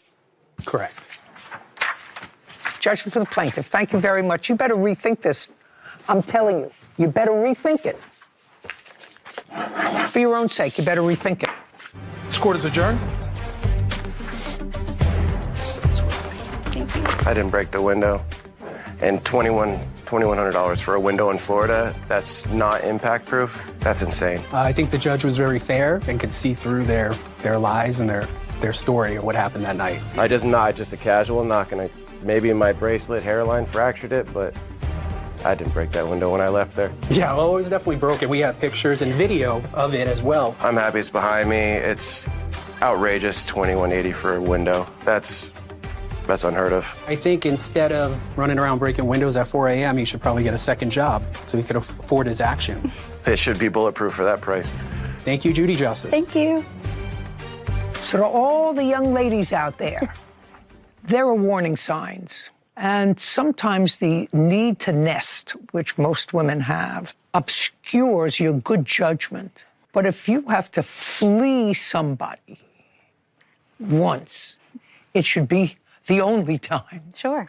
Even if they get annoyed at you going out for dinner and drinks with your friend and her boyfriend. Or partner, red flag. That's the first one. That doesn't jive with, I came home from work, 8:30, 9 o'clock. I was tired. I worked 14-hour day. And then you're up 4 o'clock in the morning because you've been texting back and forth, which both people conveniently couldn't find. Interesting that the witness could find it.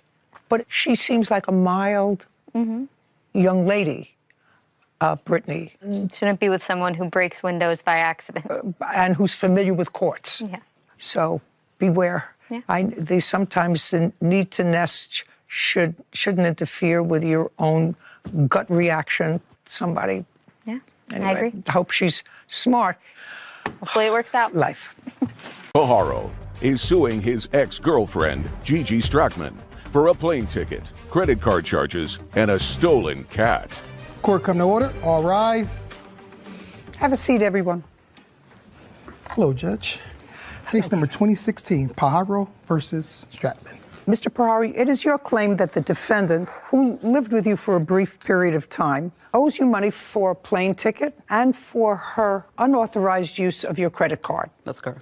I don't know what the defense is to this, except that I think her defense is that you were just stupid and she took advantage of you. No. I'm trying to figure it out. I'm actually trying to figure it out.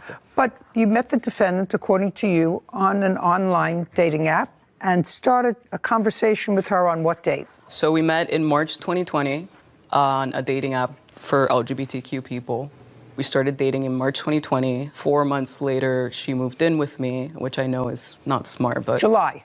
Yes, in July 2020. And where had she been living? She had been living in Florida. And where do you live? I live in Seattle, Washington. Did you send her money for a plane ticket? How did she get to you? She had money herself at that time to cover the cost of moving. So she moved, and it was her own funds that she used to move? Yeah, the swindling hadn't started yet. You must have had some substantial What is this? What is this look? I don't know what this look is. Oh, it's just the verbiage. Okay, well, let me go back and let me start with you, okay? Because there's only one theatrical person here in this room, and that's me.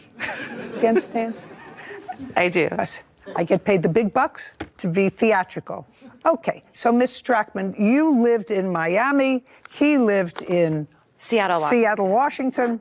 You decided to move in with him. What kind of work were you doing in Seattle? I was a video editor, but when COVID happened, everyone kind of lost their jobs. And what arrangements did you make with him when you were going to move in with him? He told me that if I gave up my life in Florida, I had a very lovely apartment, lots of friends. You had a lovely apartment, you had I nice gave up friends, everything to but go no and job. move to Seattle. Okay, so he said, move to Seattle and I'll take care of you. Yes. That's what you say in here. Yes. And that was in July of 2020. Yes. Is that about what you said to her? No. The reason she moved in, again, it was 4 months after we started dating, which normally... Had you seen her during those 4 months? We had Zoom. That's either yes or no. No. No, you had no virtually. physical contact with her? No. Okay. But because we were in lockdown and we were both pretty isolated, it made sense. Her lease was ending and things moved really fast between us, so we decided to try it together. Yeah. Okay. Was there any discussion about what she was going to do once she got to Seattle? Yeah, so as she stated, she was a freelance video editor,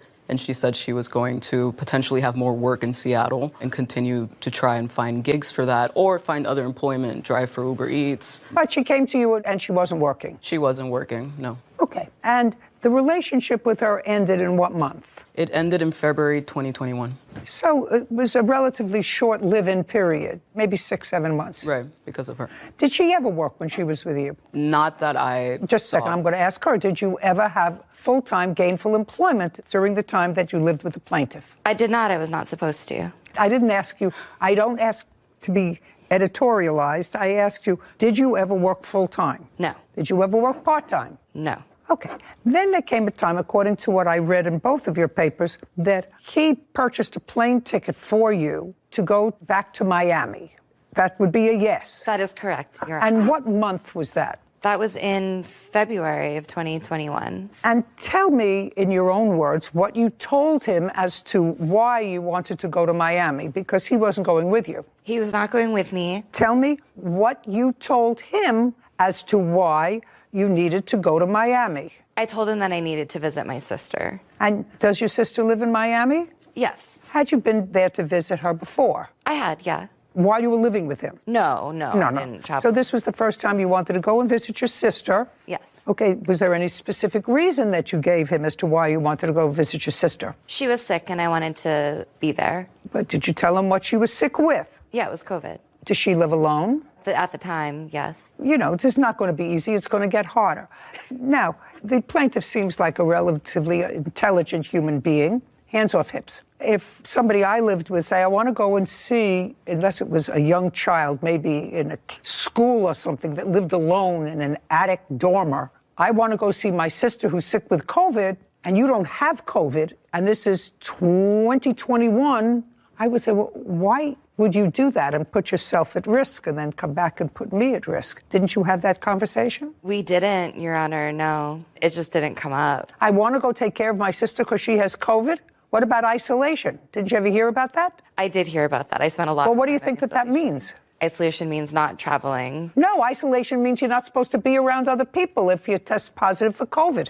If you're sick, stay at home. You don't travel cross country to be with somebody who's sick. But it doesn't make any difference, actually, because you should have picked up on that or whatever, because you didn't really want this ticket, according to what I read, Miss Strackman, to go and visit your sick sister. You needed this ticket because you had started to become involved with a boyfriend who was in jail in Florida. Unfortunately, yes. Okay. So that's a yes, which you didn't tell him. So you took the money from him for, let's just start with the ticket, under false pretenses. I did, but I... Just a second.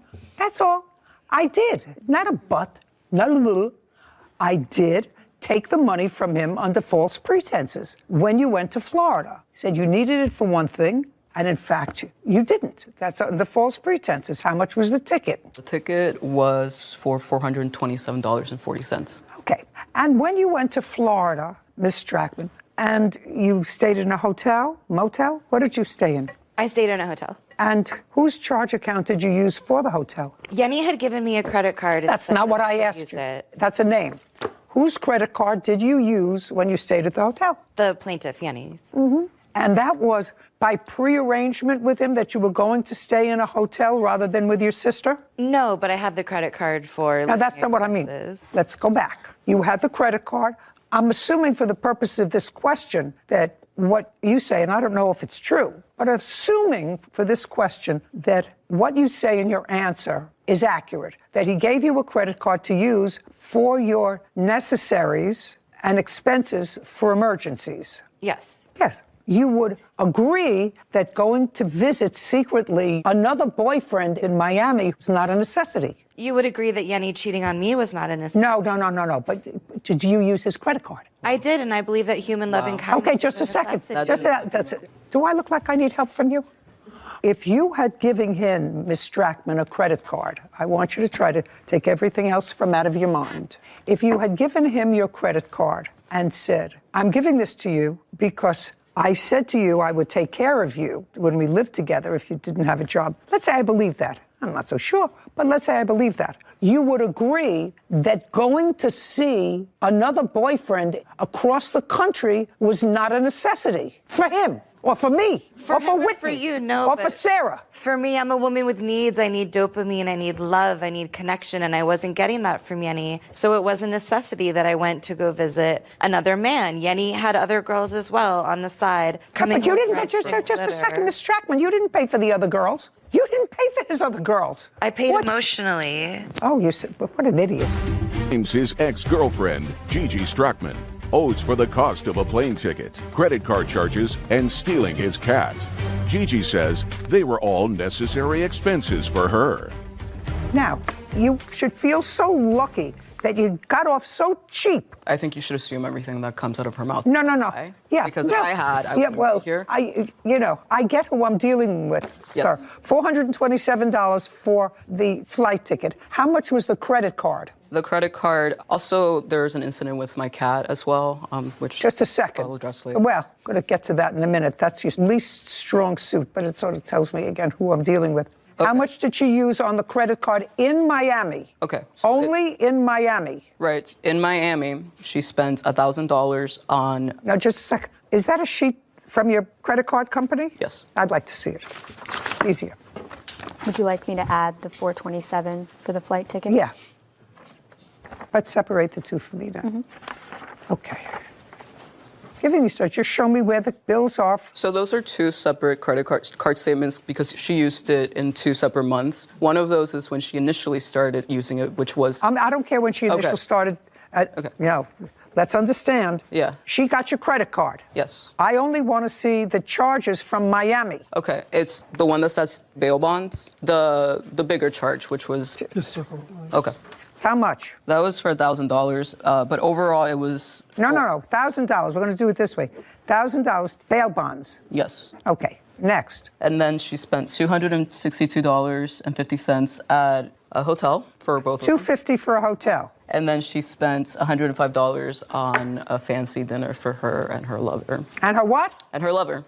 Okay, 150? 150 is not fancy. That's the kind of person you're dealing with. 150. I don't think there's a question before you, madam. 10, 4, $1,400 there. Is that close? Including the 1,000? Including the 1,000, but then not including the 425. So it would be 1,827. Correct. Thank you.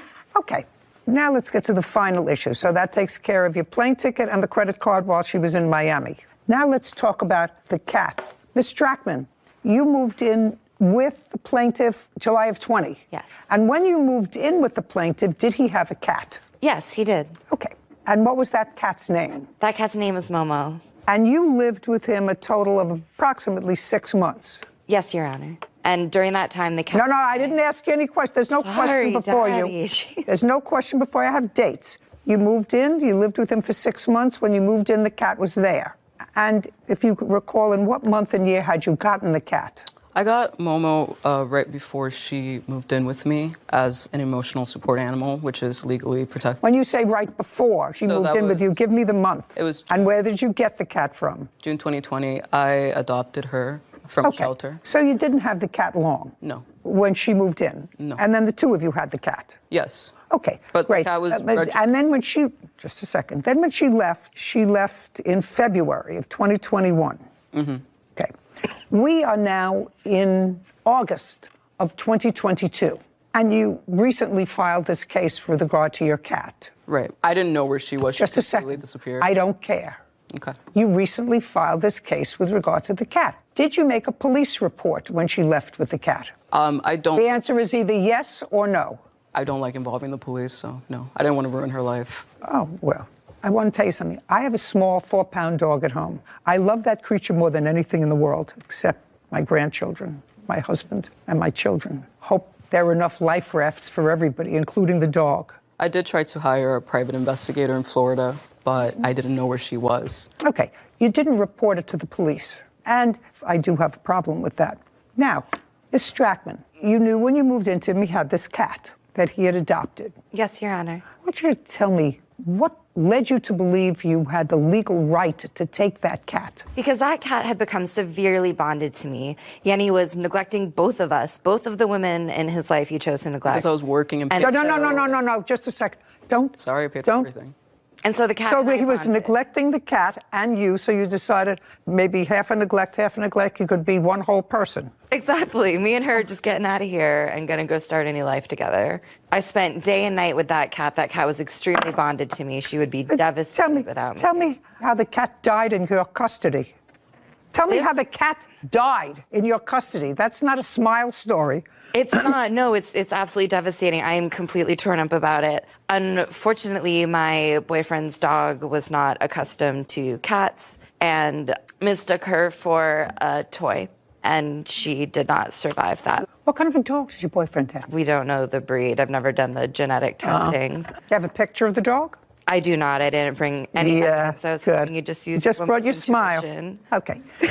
She's not with her boyfriend. She said, I didn't ask you a question. There's no question before you. Love transcends bars, Annie. Okay. 1827, $1,000 for taking his cat, and because you're a fool. 7, 2, 8, 2827. Judgment for the plaintiff. Thank you very much. We're done here. This court is adjourned. First of all, I'm glad, and I think justice was served. I'm not for Momo, but for the other scams that Jacqueline pulled. That I need dopamine, I need oxytocin, I need love, I need care. Well, credit card fraud. And Yenny said that they were going to be the person who was going to give that to me. Deception, played with my heart.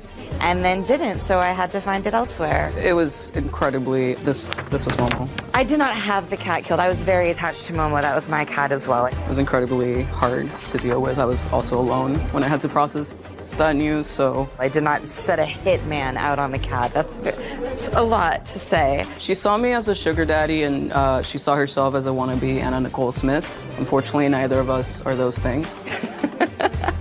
Could I plead the fifth on finding another sugar daddy? Yet another lesson we learned about cohabitants living together and the rules of what not to do. No cars, no pets, no money exchanges. No joint pets, no joint. Exactly. But today we learned a new one. Today, don't give access to your credit card to anyone that you don't want racking up charges for any purpose, even to visit a secondary lover in another state. You know, the divorce rate in this country is still hovering somewhere around 50%. The living togethers who don't quite make it to the marriage place is a much greater number. Yeah. Living togethers don't stay together 70% of the time. Why in the world would you buy a pet together? It's a risk. Car together, a timeshare together. True. Or give somebody a credit card. Yeah. At the time that you do it, you're happy with them. But since at least 70% of the time you're going to go your own separate ways, at that time you're mad at each other. And the lines get blurry. And the lines get blurry, absolutely. Case number 2024, Morgan versus Davis. All parties, please step forward. Corey Morgan is suing dress designer Jacqueline Davis for party costs and a dress deposit. Miss Morgan, this is what this case is about in a nutshell. You were celebrating a birthday. When was your birthday? March 24th. And you always make a big deal, according to you, about your birthday. It's a very important day of the year for you and for everybody who knows you. Correct. Yeah, that's the way Sarah feels, actually. Me, I sort of like to forget birthdays now. I like it to run right by that day as undercovered as possible.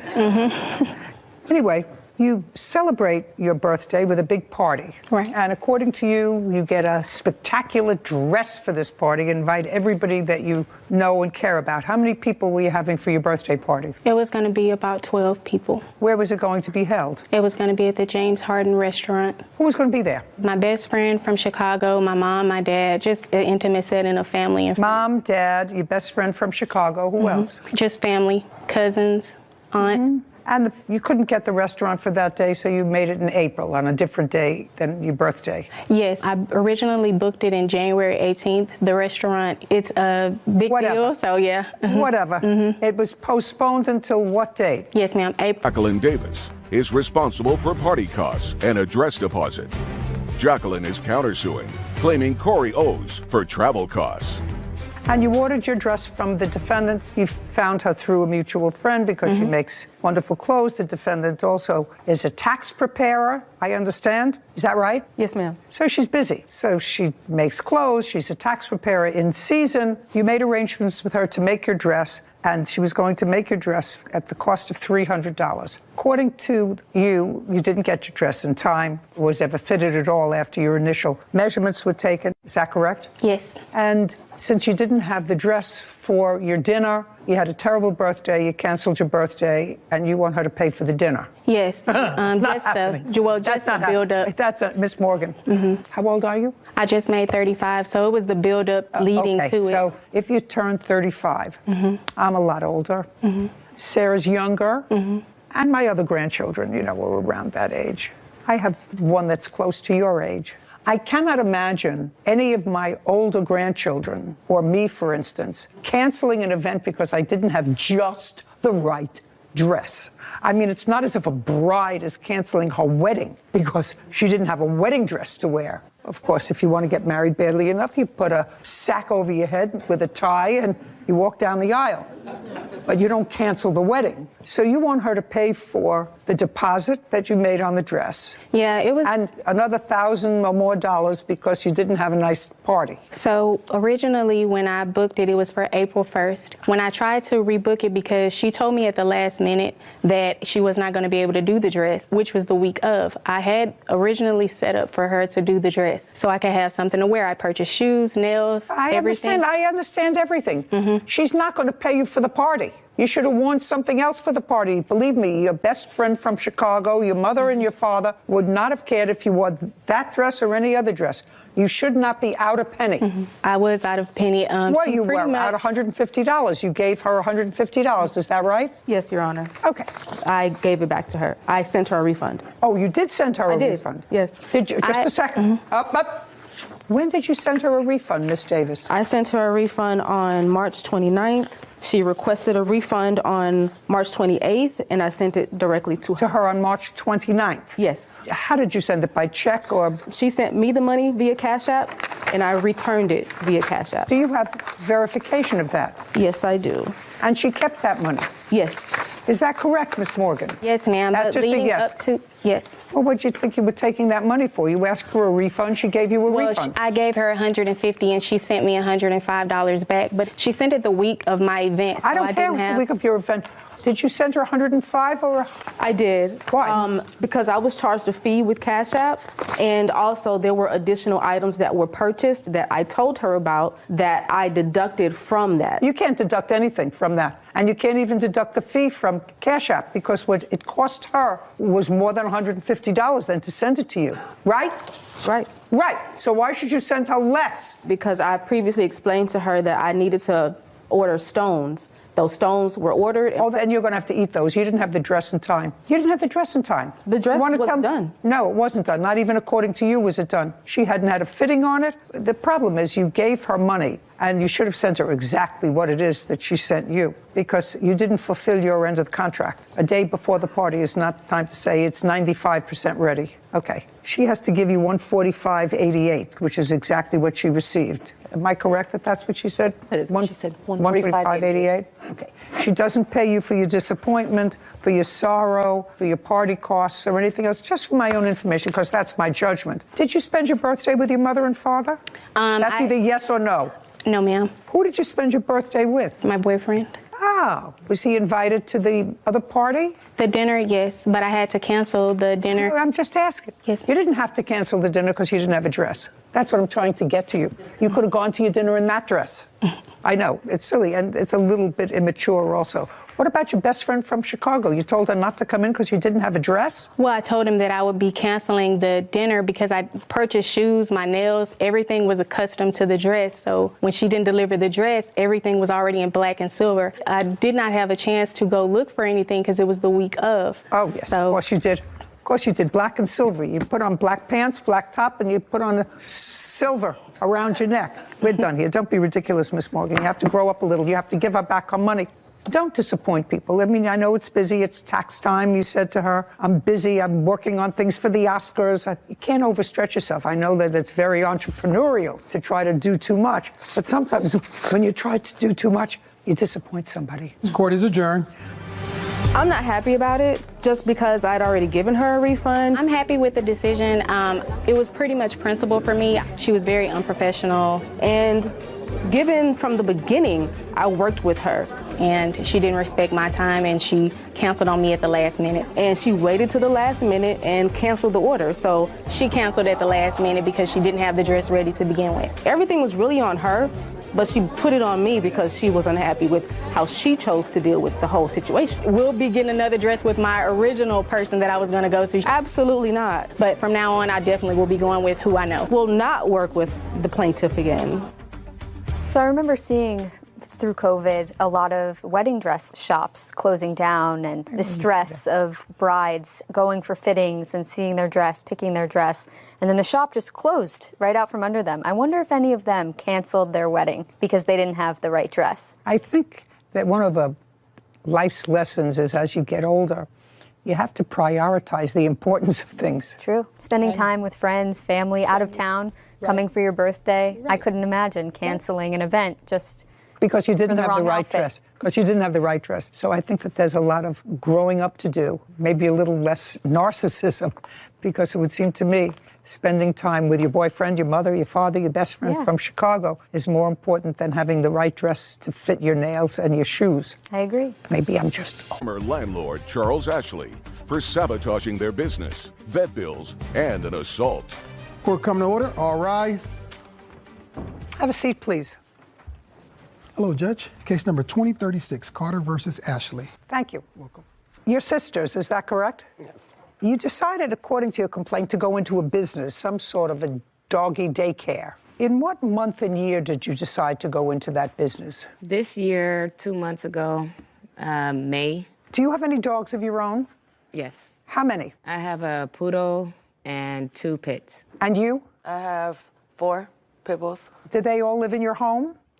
They did, yes. They did? Yes. The two of you decided to go into this alleged business and needed some space, according to you, and went to the defendant who was renting a house. Is that right, Mr. Ashley? No, it's not a house. What is it? It's a building. What kind of building? It's a commercial building. Okay. On this commercial building lot, there's a backyard or a back yes. empty space, and it's an open space with a fence. Yes. So it's not a home. No. What arrangements did you make with the Carter sisters to rent them that space? I made arrangement with Deborah Carter. May I see?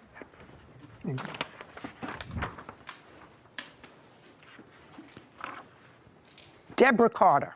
Correct. That's you? Yes. When for the first time did you meet Deborah? I think it was around the 4th of June. And she wanted to bring some dogs onto your property? Correct. How many dogs did she want to bring on your property? She didn't tell me. She told me she had a kennel. And when I got there and she had the dogs there in 2 cages, it was 7 dogs, 7 pit bulls. In cages? Yes, and they're there today. They're still there? Yes. May I see them, please? I don't have them, and I didn't know what to get together. Okay, I'd like to see what pictures you have, sir. Yeah. This is the 30-day notice that I've given them, and those are the pictures where she damaged. Miss Carter, sometime after June of this year, did you place dogs in this fenced-in open space in cages? Yes. Loud. You hear the way I'm talking? Yes. And how many dogs did you place in the cages? At that time, it was 7. 7 adult dogs? No, there's 3 adults and 4 puppies or 5. How old were the puppies? They were 6 months, 5 or 6 months. Who did the dogs belong to? Me. So all those dogs... Well...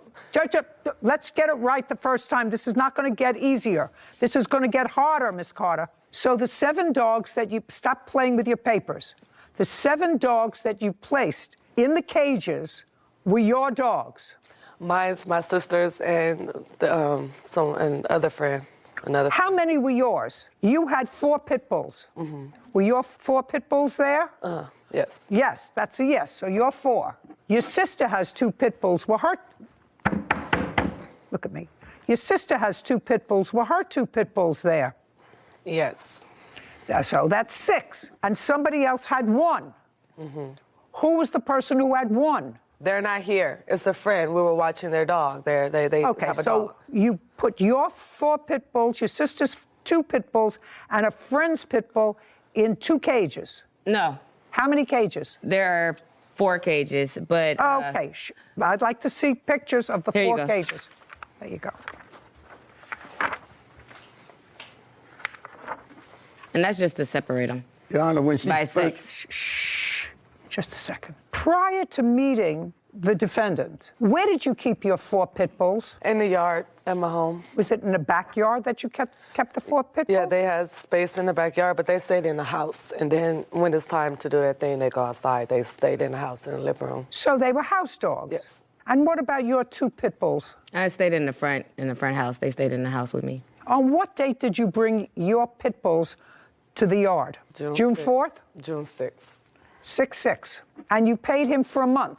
Mm-hmm. Is that right? Yes. How much did you pay him for the month? $500. And the 3 puppies that were 6 months old, what did you intend to do with those? We had people that wanted them. We were supposed to move. Just a second. Were they yours or hers? Who did the 3 puppies belong to? Me. They belong to you. So don't speak for her. Okay. Good. I've been speaking for all my life. I don't care what you've been doing all your life. Right now, I'm getting answers to someone who may or may not be swift enough or savvy enough not to tell me the truth. Did you ever have more than 7 dogs in the yard? No. Okay.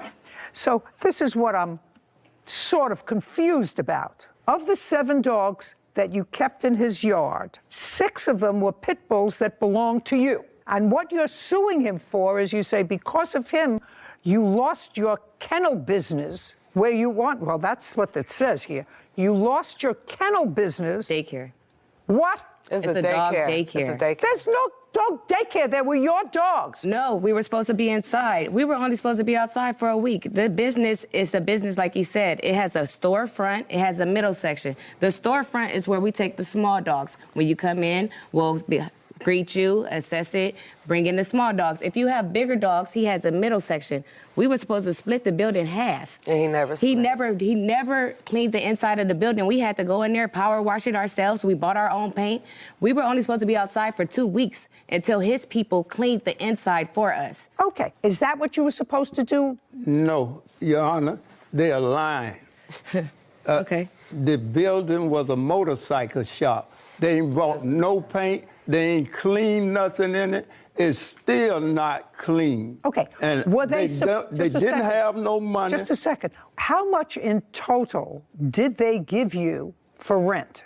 $500. Is that correct? Yes. For the first Just a second. Did you give them any more than $500? No. Did you have any other dogs other than your 6 dogs and somebody else's 1 pit bull ever on the premises? No. No, don't speak. I'm speaking to her. So whatever business you were, your investment in this business was $500. No, I worked for him May 25th to June 1st.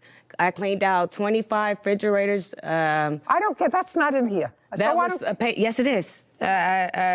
She ain't work for me. Just a second. I sent it to you guys. Just a second. Miss Carter, there is absolutely nothing here that says that you worked for him and he owes you for that. Well, let me tell you what your complaint states. Your complaint says money owed for sabotaging a business, vet bills because one of your dogs was injured, and I'm not saying actual and punitive damages for assault. That's what you're claiming. I'm just saying that I cleaned those appliances. He said that that was a payment for rent. So that was for the second month of rent. It was $500. Just a second. He was supposed to pay me every day, but I just told him to put it towards the rent. Okay. And that's what we agreed to. So okay. the first month and the second month was paid for. Listen to me.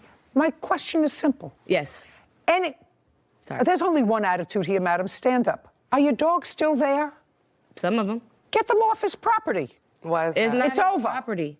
Very easy. You want to keep dogs in a cage like this? I can't control that. I am certainly not putting a judicial imprimatur on keeping dogs, and I don't care what breed they are, in cages in a backyard. So what I'm telling you this is you have 24 hours to get your dogs off that property. Get them off.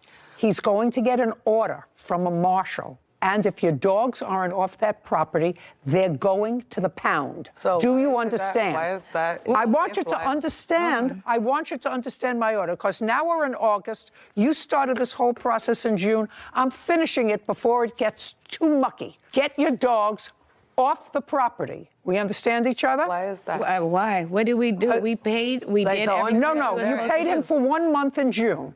But You paid him. You paid him in 1 month in June. We are now in August.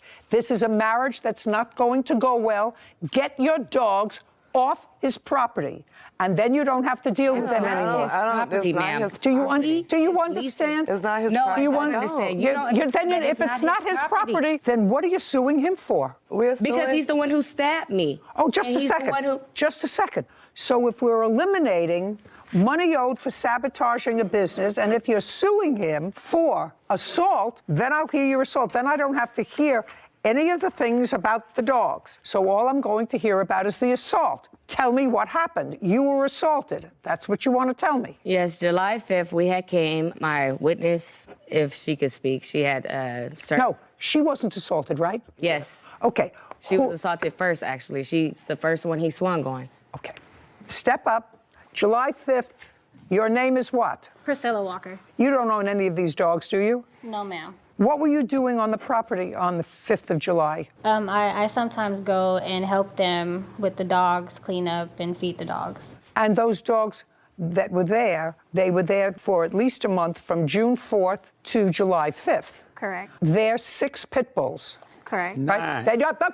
That used to be, according to them, in the backyard or in their homes, right? Correct.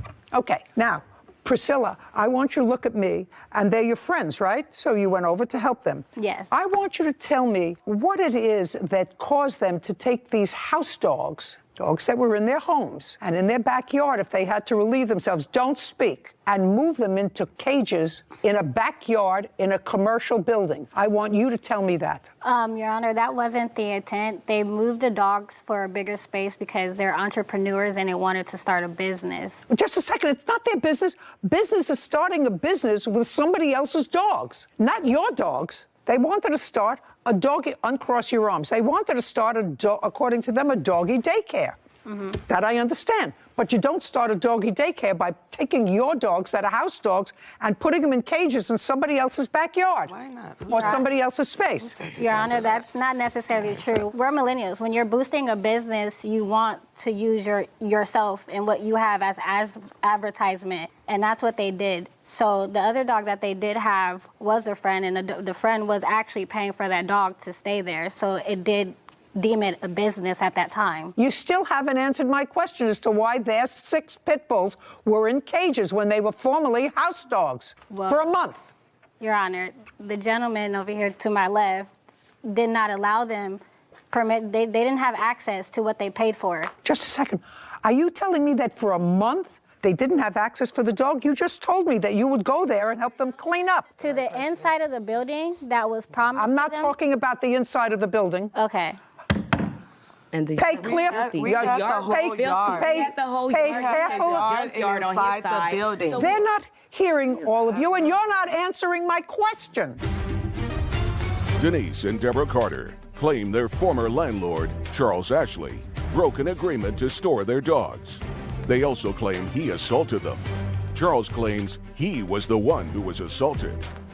Okay, if I was starting a doggy daycare business and I had house dogs, my little Shih Tzus, running around the house where they have been for years, I would not take them and put them in cages in a back vacant lot in order to demonstrate that I had a business. My dogs just a slept in second. the house. They slept in the house. They didn't roam in like your little Shih Tzus. They didn't do that. Just a Those are second. You pit bulls. told me that they stayed in your house. I said they slept in the house, in a cage, in an area. Yeah, well, that's exactly what I'm saying. I don't understand how you could take your pets. But they stayed outside. Because we were offering other things. We wanted to have one. All right, let's get to the assault. I'm not interested in this. Now, Your Honor, I have the lease here. I'm paying the owner $4,000 a month. He lied to the loaner and said he wasn't going to do any subleasing. He subleased. the only thing I'm interested in is the only thing I'm interested in is the assault. The So, only- Priscilla, don't speak. The three of you went there for what purpose on July 5th? To feed and clean up after the dogs. Okay, and you had done that before? Yes. And when you got there on July 5th, was that over a holiday weekend? Yes, it was. It was a Tuesday. It was a Tuesday, so July 4th was on a Monday. Yeah. Had you spent the weekend with them? I was there. I'm not speaking to you. Had you spent the weekend with them? No. Yeah. Okay, you say yes, she says no. I'm not asking you a question. Do you understand? So you spent July 4th. Go ahead. You spent July 4th with them. Is either yes or no? No. When did you meet them on July 5th? Around the morning. Around what time? 11 a.m. You're asking me with a question. 11 a.m. I don't know if it was 11. I'm 11 asking a.m. you. 11 a.m. Did you have a discussion with them? Regarding the dogs, what you were going to do that day? Of course, we always have discussions about what we're going to do during the day. When you spoke to Deborah, did you ask her when she had last seen the dogs? No. No, you did not. Deborah, prior to July 5th, when had you last seen the dogs? July 4th. What time? It was about 5 o'clock. I was in there, cleaned them up. He came, locked me in for 4 hours. Okay, so on July 4th, you were in there feeding the dogs. Yeah. And July 5th, you went back in the morning again to feed the dogs. Mm-hmm. Is not an answer. Yeah. Now, tell me what happened when you got there on July 5th. On July 5th, when we went inside to feed the dogs, I went to go turn on the water hose, and I noticed that the water would not come out. That's when they were in the kennels feeding the dogs, and I told Carter that, hey, the water's not on. So the door to the building was open. I believe they both stepped in. When they stepped in, there was like verbal altercation. So when they stepped in, you heard that there was someone else in the building? Yeah. Okay, and that would have been you, sir? Yes. On the 5th? Yes, me and another friend of mine. Okay, and what were you doing in the building on July 5th?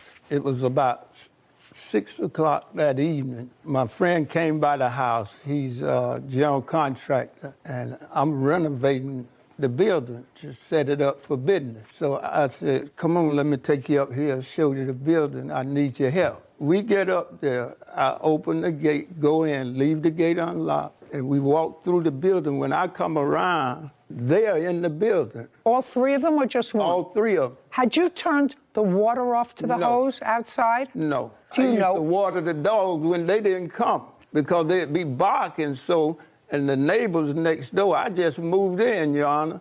I don't want to make no enemies. That's why I told them I'm not taking no more rent from you. Get the dogs out. Okay. I tell them you trespass. Just a second. So now you went inside Well, the Carter sisters went inside. Yeah, I said You that. heard some noise. Did you go into the building? Yes. Okay. And what happened when you went into the building? When I went into the building, he immediately got very frustrated and said, "What are you guys doing here? Why are you here? You need to get off my property, get off my property." They're like, "We paid you. We have an agreement." And next thing you know, he pushed Deborah Carter. He pushed her.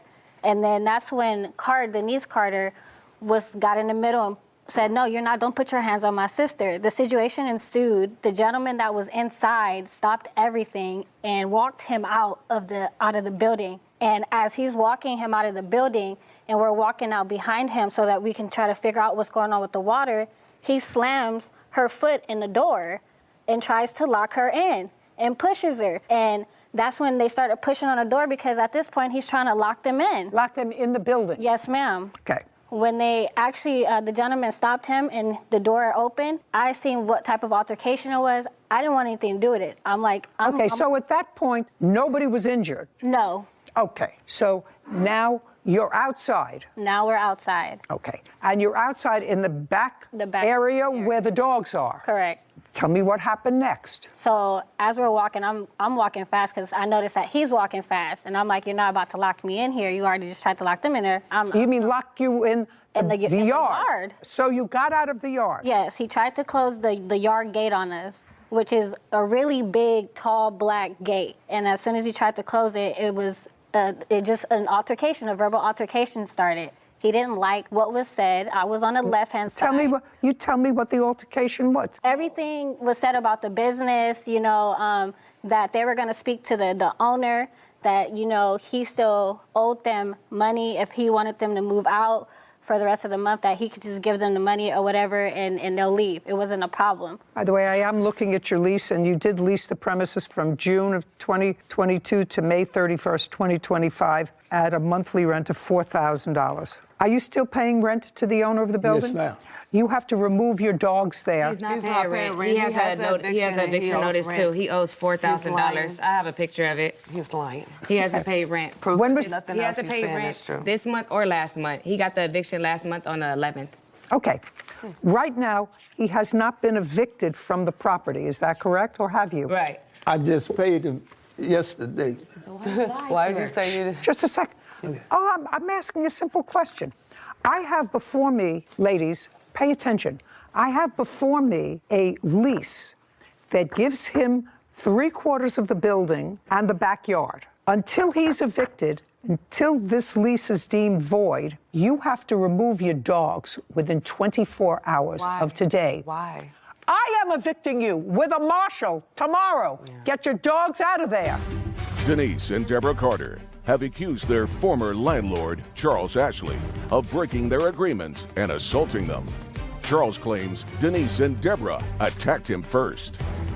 Okay, we're going to get back to this assault because I have other things to do today. You're outside. The gate that he's tried to cross has opened up again. Mm-hmm. And? He got really angry. He was saying a lot of curse words, you need to remove all your, if you don't remove it, I'm going to remove it for you type stuff. And after that, he swung with his right hand and it connected with my face. After that, he started punching on all of us, so we had to defend ourselves and fight back. And then an altercation got started, and everybody was fighting with everybody. So it was the three of you and him? Yes. Okay. Correct. Did you go to a doctor? No, but I was...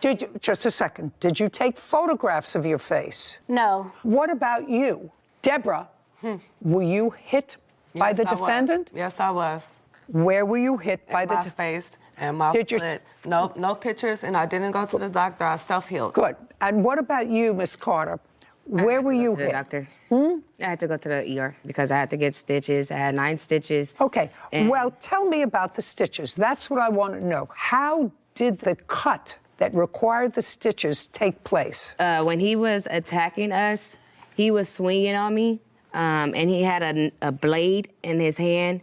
And I thought he was punching me, but really when I was blocking myself, he was taking. That was the second occurrence, because after the first one, we tried to leave the situation. He was upset and put out a knife. We thought we were leaving, yeah. With He the just knife. came back with the knife, and Now I'd like to see the records. Here's the knife records, and then here's the police records on when he was arrested, and that's just like my stitches and what doctor I went to and like my medication. Okay. Now I'm going to take a look. Okay, Mr. Ashley, the only thing that I actually want to know about from you is there's no question in my mind that the plaintiff did not cut herself. No question. I want to know how she got cut. I don't know, Your Honor. I didn't even have a wallet on me. I'm 75 years old.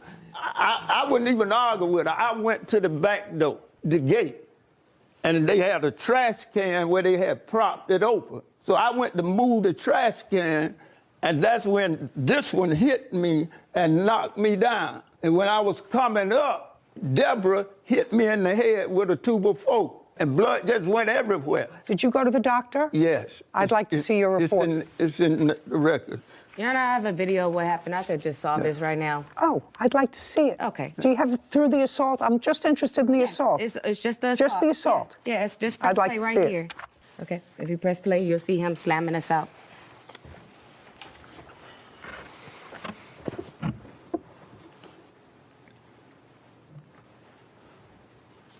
I don't see any assault. Well, yeah, but I tell you, my phone fell out the hand. Well, then don't show me what I can't see. All I know is he has medical records that he received 5 staples in the top of his head on that date. And that's not something he did to himself. No. Get up, stand up. He Where do you did do think that. you are? You think he did that to himself? Yes, do you see the tire behind him? He just fell over it. That's exactly and all what that happened. wood behind him, he fell on that stuff. Listen to me. Blunt head trauma, which is what the emergency, yourself down. Okay. You attacked us. You If have- you're attacking us in It's okay. pleasant Listen to me. It's okay. Listen to me carefully. right. You have now sit. You have 24 hours to get your dogs out of that yard. You want to show me pictures of a trash-strewn yard? That's not where I would keep my precious house dogs for an hour. So get your dogs out of there 24 hours from today. How do I counter that? This is not a dance party. I'm ruling now. 24 hours, remove your dogs. You have nothing left to do with him. He wants you gone. I want you gone. I want those dogs out of the cages on that property, and I want them gone within 24 hours. Now, there's no question, Mr. Ashley, that both of you were injured in that altercation. No question. All I'm asking is, subsequent to your arrest, did you have a hearing? No, Your Honor, I have it right here. They rejected the case. May I see it? They wouldn't even hear it. Sure.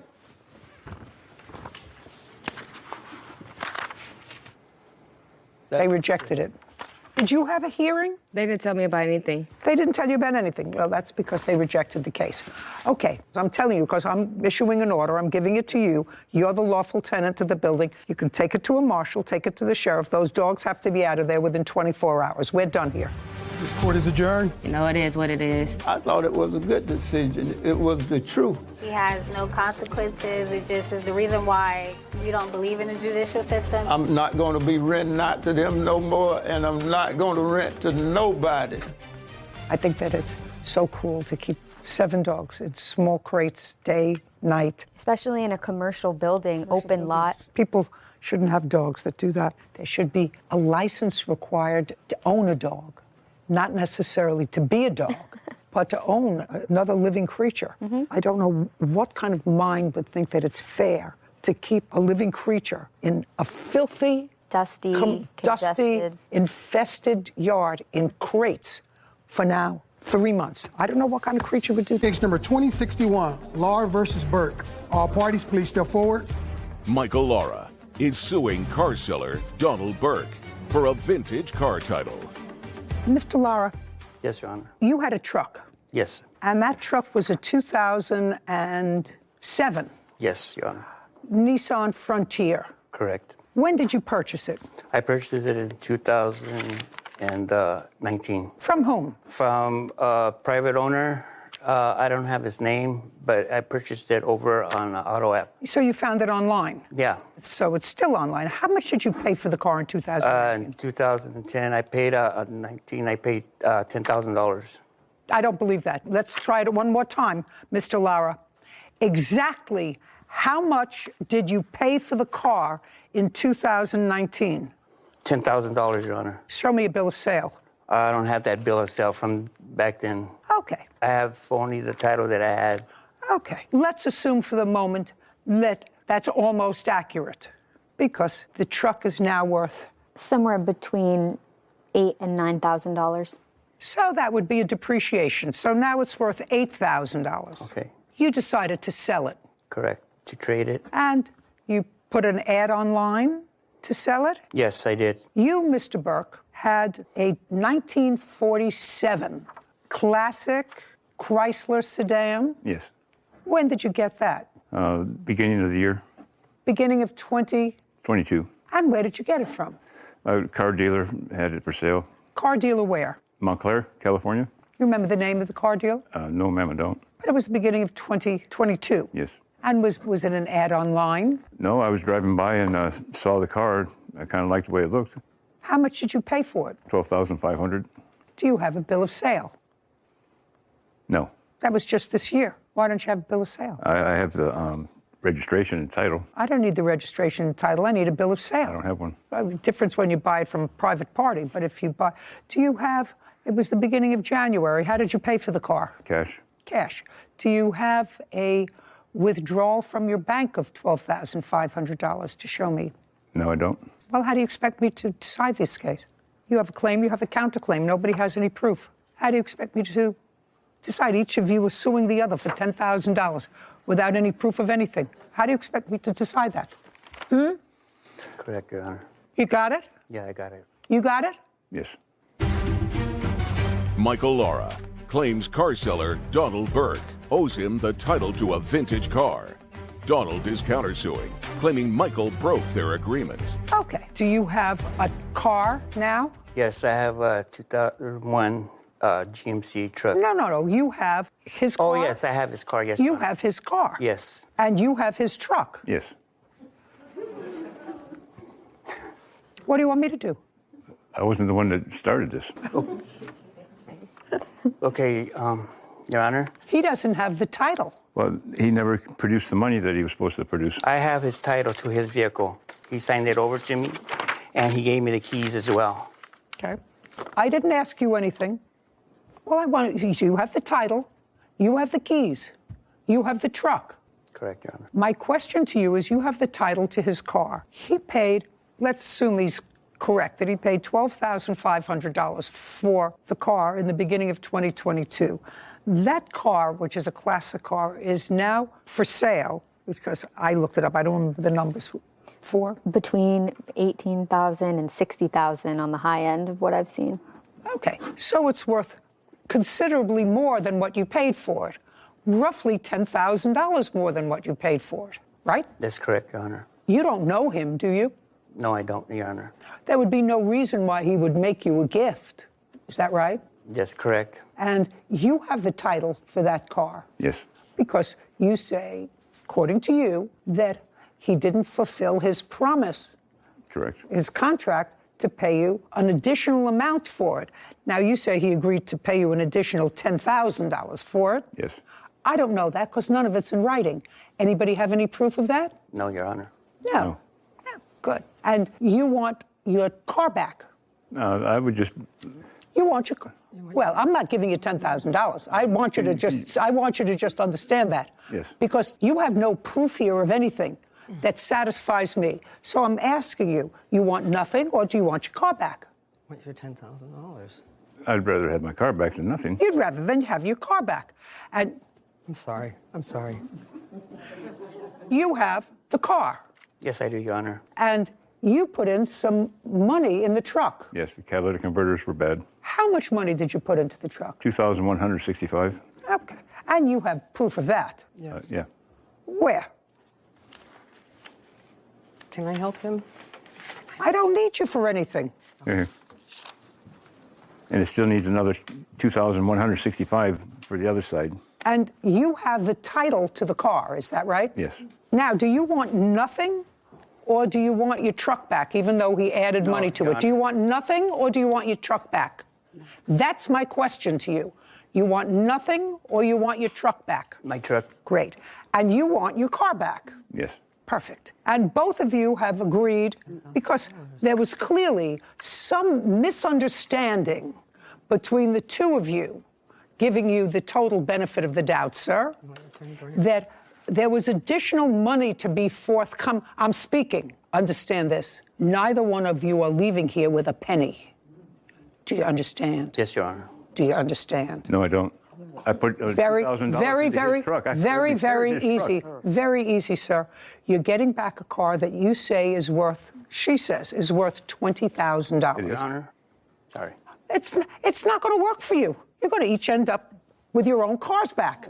Since there was clearly a misunderstanding about the nature of the contract, what I'm telling you is I'm going to prepare an order that within 5 days of today's date, you are to exchange cars. Figure out where you want to do that, a mutually convenient place. That's the order of the court. Goodbye. Court is adjourned. Not even the $2,000 I put into his truck? Goodbye. This way, sir. You can sell your 47 for a lot more money.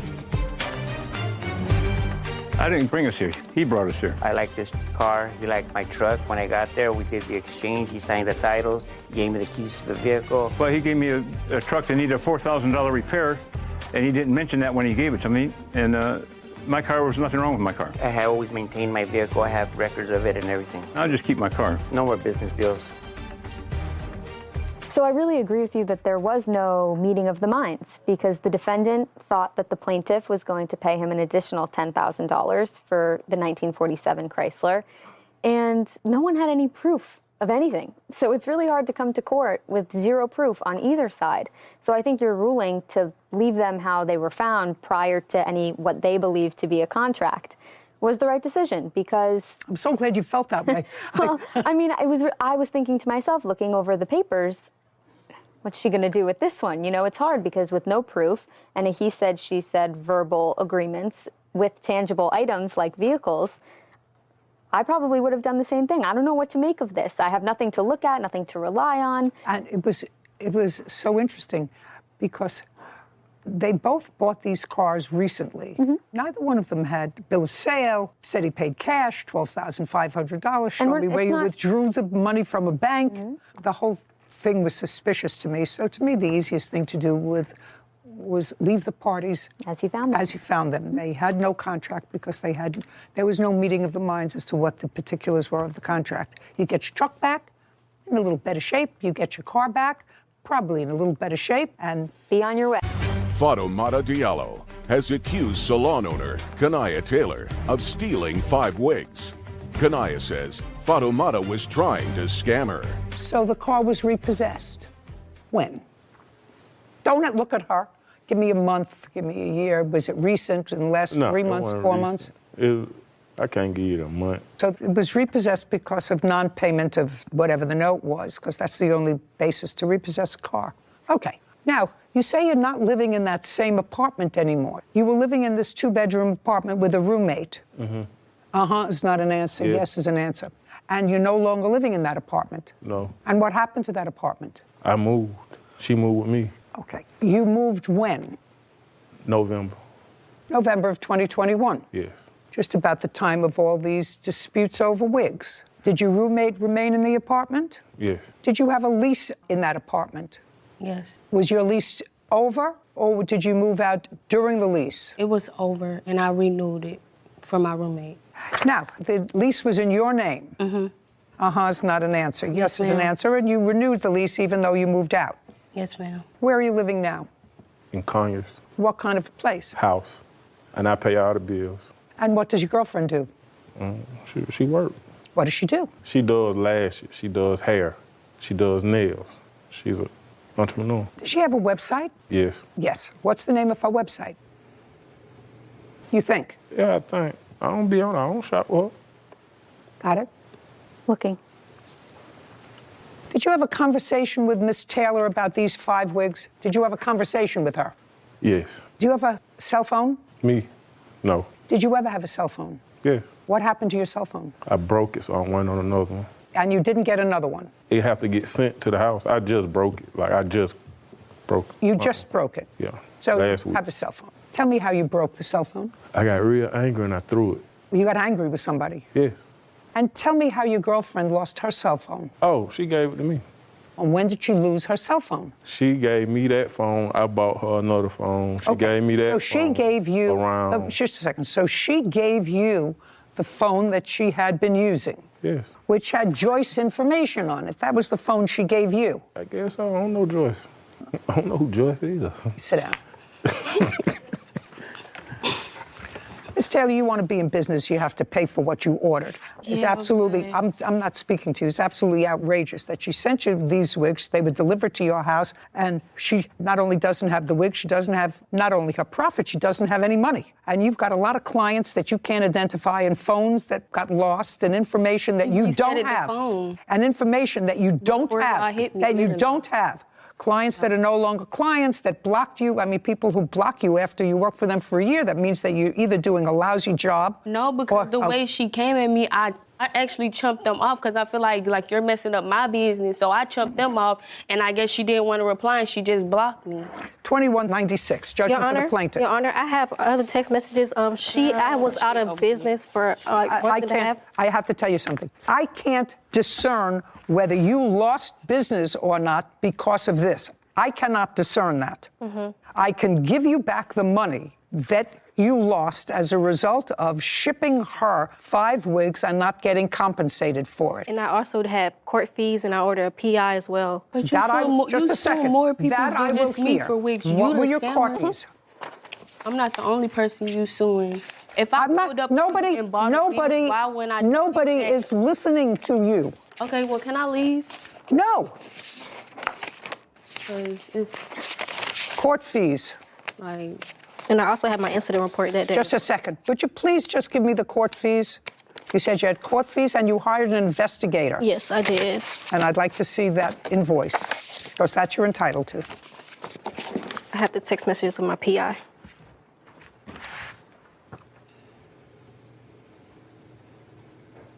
I don't know what this is. I don't know what this is that you're handing me. I asked you what the court fees were. I have my PI phone number. You have nothing. I didn't print out my court fees, but I do have my more. Do you have an invoice from the investigator that you say that you hired? Yes. And the work that they did? Yes, I have all the messages. I don't want messages.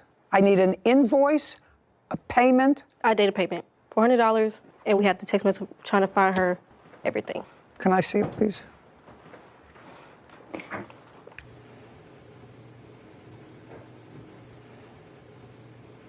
It was $250 for skip tracing and $150 for service. My sales went down. Just a second. Did this person serve her? Yes, they did. 2196, judgment for the plaintiff. That's it. We're This done. court is adjourned.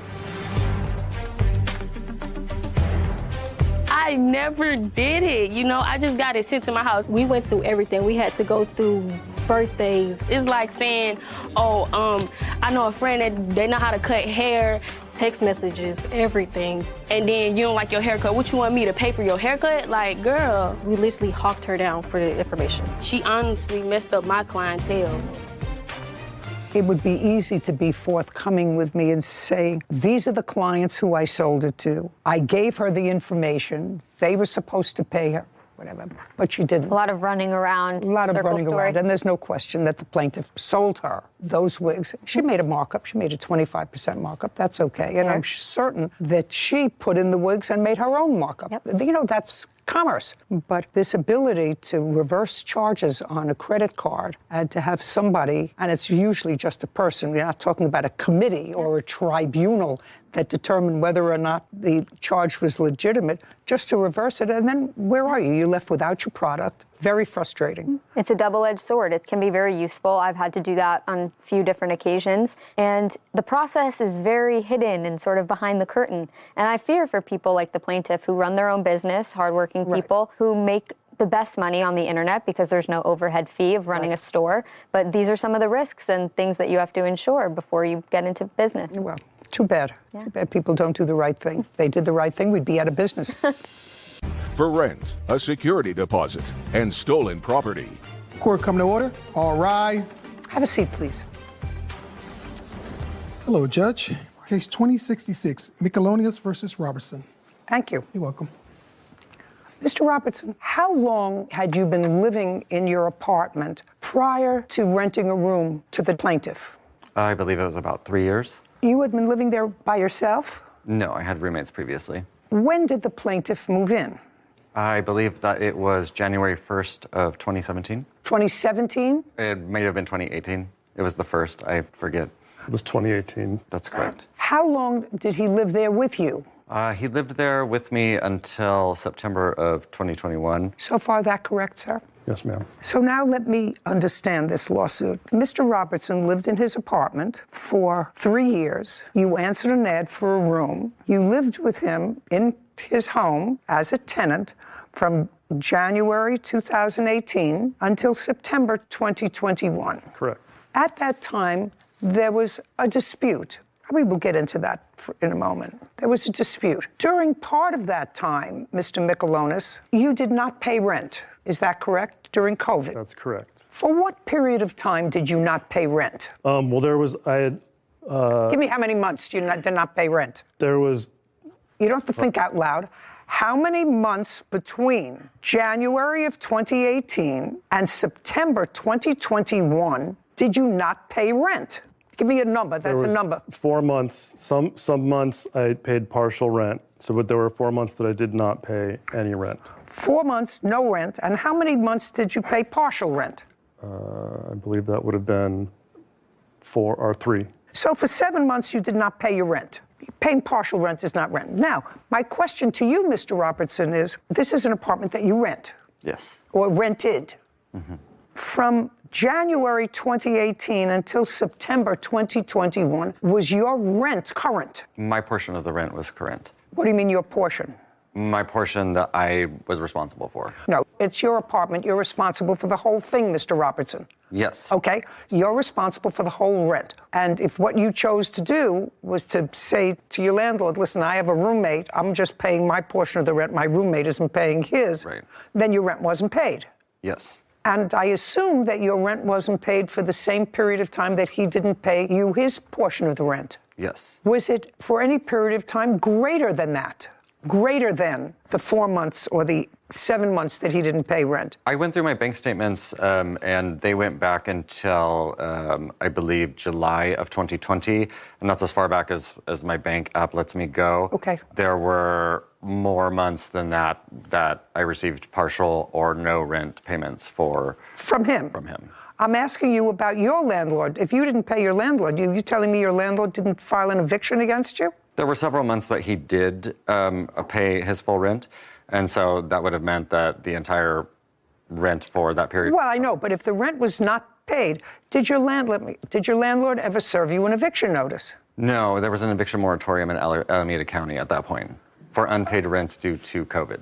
Gotcha. So that would it be a fair statement that you both took advantage of that? He took advantage of it, and so did you. I wouldn't say that it was me trying to take advantage. I would just say it was my inability to cover the entire rent. Your portion as well as his? My portion was always covered. Your portion was covered? Yes. Okay. Now, Mr. Michelonis, when did you move from month and year? It was September of 2021. And when did you leave there?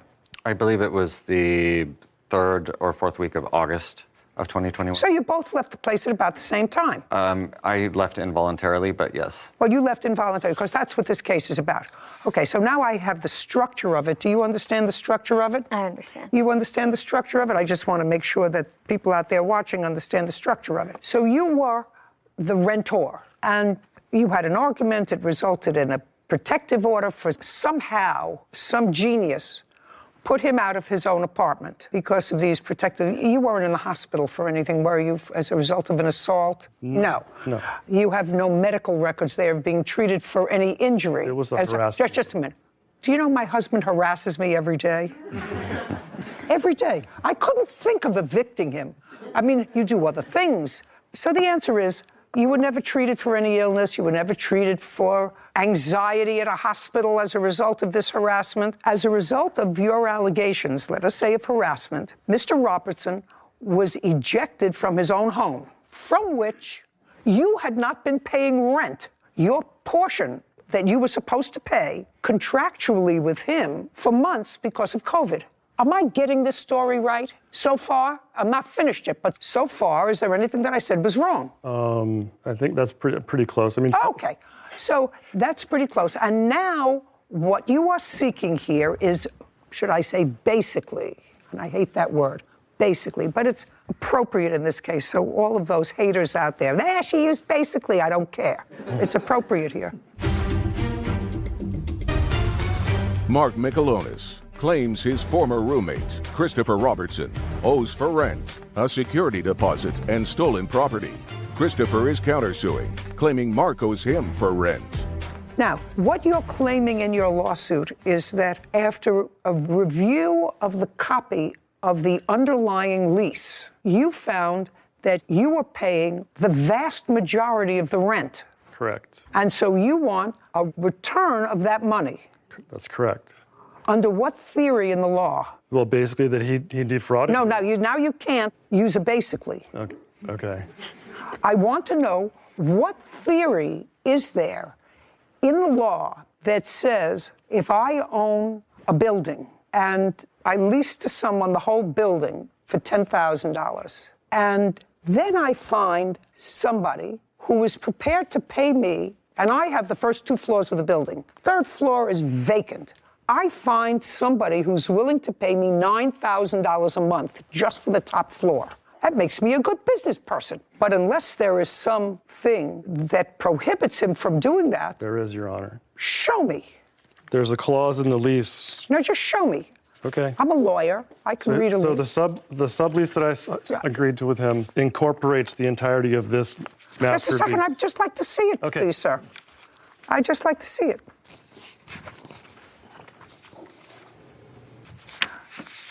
I assume you've highlighted what you want me to read. Correct. Okay, so what you're pointing to is that the landlord, his landlord, was not advised that you were subletting. No. Well, that's why, signed by every tenant. So that was one of the things, because if you look at the second lease, the one that was altered by Christopher to remove those areas so I wouldn't be aware, or I wouldn't be able to enforce them, was because he moved his boyfriend in without getting my consent. And so it says in there that he needs written consent. I understand that that doesn't apply to me, but he thought it did. And so he used whiteout on the other lease that I gave to you to obfuscate those terms. I don't know how to put this to you, sir, other than to say, let me backtrack. What kind of work do you do? I'm a web developer. You work for yourself or for a company? I do. I'm an independent contractor. How long have you been doing that? 2 years. Prior to that, what were you doing? I was a system administrator. For whom? For a small company in San Francisco. How long did you work for them? 6 years. So for 2 years, you were an independent web developer, and you're still an independent web developer. Correct. And that's how you support yourself. Right. So you work out of your home. Right. And you've been working out of your home, you said, the last 2 years since 2020. This is 2022 or 19. Right.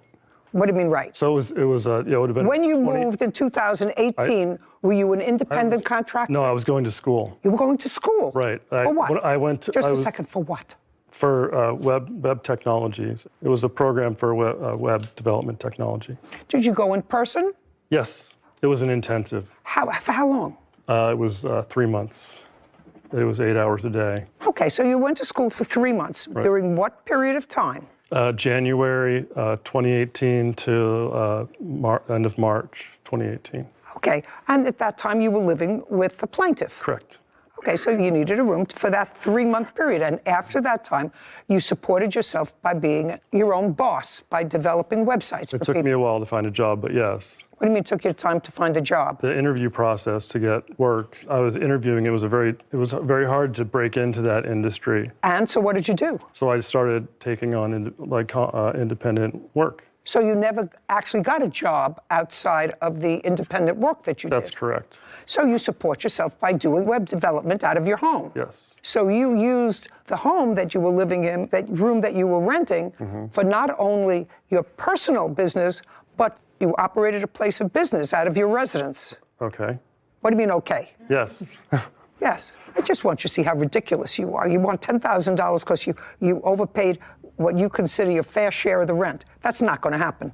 You come here, you didn't pay rent for at least 7 months because of COVID. You were working according to you. You were a web developer, still are. It's 2022 because you have no other job other than being a web developer. You stopped paying rent. You moved out after he did, correct? Well, did you pay? I'd like to correct in the something. month that you lived there, when you had put him out of his house because you were they were moving out. I did not put him out of the house. I thought that was a protective order. It was, but they were, and I put in the protective order that they were living with me, but they were moving, and so. No.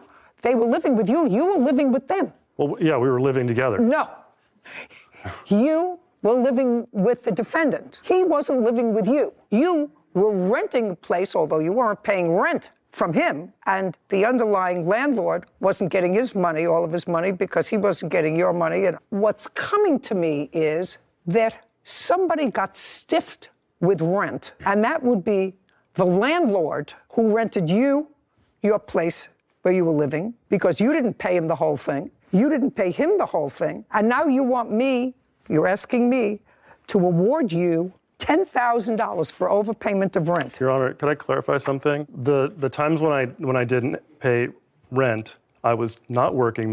It was during COVID, so the first couple months of the COVID lockdown, I lost all of my contracts, so I didn't have any money. And so I was using the COVID. There was a COVID process where you could, basically say that. There's no basically in there. Only I used it once.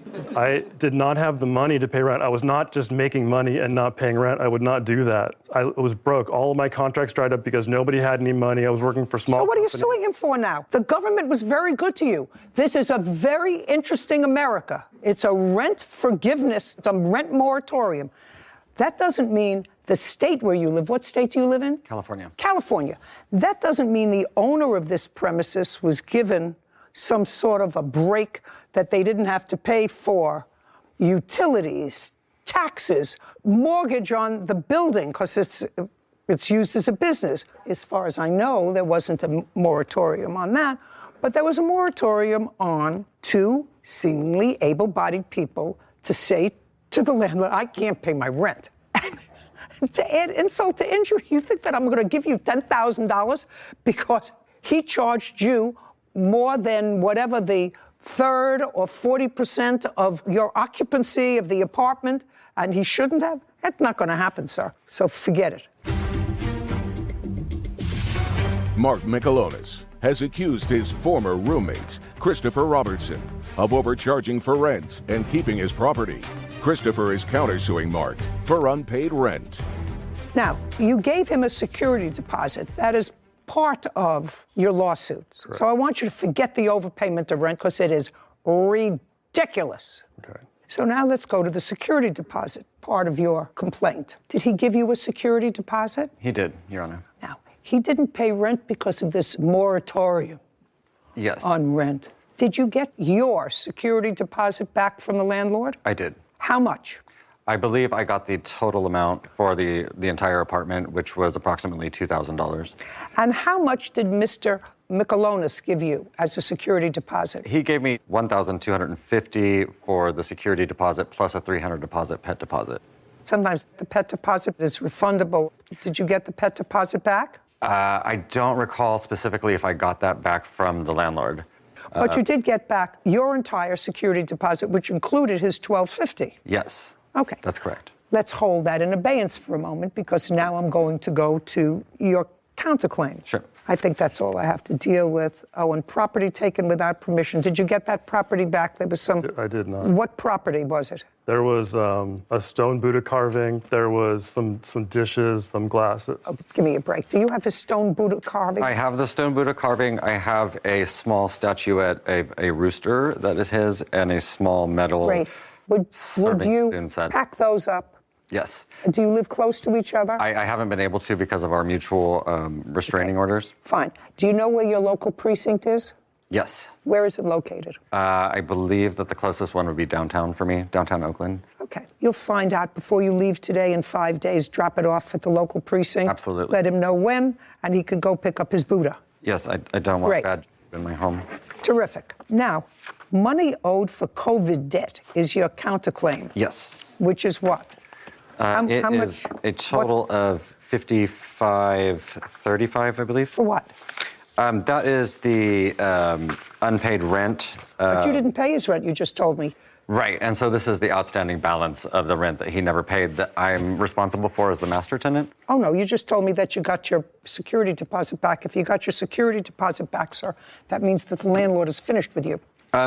According to the law... Not according to the law. If you got your security deposit back, the entire security deposit, the landlord has written it off because otherwise he would have taken your security deposit if you owed him or her money. Do you understand what I'm saying? It's very simple. I understand what you're saying. It's very simple. I wish I could explain that to them in your... Well... in your manner. I want to tell you something. I've been here a long time. If a landlord is owed $5,000, yes, he doesn't say, well, tenant owes me $5,000, but his apartment was clean. I'm going to give him back his $2,000 security deposit. That doesn't happen. So only in the land of Oz does that happen. They might live there. No, they might live there, but I don't live there. Okay. You owe him $1,250 for security deposit. This case is over. Your counterclaim's dismissed. We're finished. We're done. Court is adjourned. Thank you very much. I would just like to bring... Bye. Well, I was a little upset. He's being a drama queen. The clause in the lease was to prevent people from basically taking advantage of the fact that they've been living in a place for a long time and gouging rent for new tenants. He said I was price gouging him because he was enough to pay more rent than he might have if he had done some more research. They were trying to make it equal, and every place that I've lived in, there was always an equitable share of the rent. Like, no one was ever gouging anybody, so I felt that I was unjustly charged. Well, I can't say it wasn't very satisfying to hear the judge call his claims ridiculous to his face. Basically, he was leaving the front door open, making it so my dog could escape easily. He was filling the house up with smoke. We both burned sage. He was basically trying to get me riled up. He wanted me to move. While I am disappointed that I won't be able to recover some of his COVID debt. Basically, the moment that he was, it was inconvenient for me to be there, he tried to make my life miserable. I'm glad that I will never have to see him again, and this is done. I'm not living with roommates ever again. I've got my dog, and we're cool. He was a nightmare, and I never have to see him. Far be it from me to second guess another judge, but it would seem to me sort of outrageous unless there was some sort of a physical altercation. Why anyone, because he clearly was excluded from his house. He left first, and he said, involuntarily. Would anybody exclude the original tenant? The original When I read the papers, I thought the same thing. I thought that was outrageous, that they would throw out the primary leaseholder on a lease in favor of his subtenant, which may or may not have been legal to begin with. I can understand it if there was something more serious. But harassment, I just don't understand it. But I didn't. Mine is not to wonder why. Mine is but to do what I do. And I don't think that when you come into a court where you have at least participated marginally in a giveaway, to then come in and say, you know what, there's a technical thing. He wasn't supposed to charge me this much rent because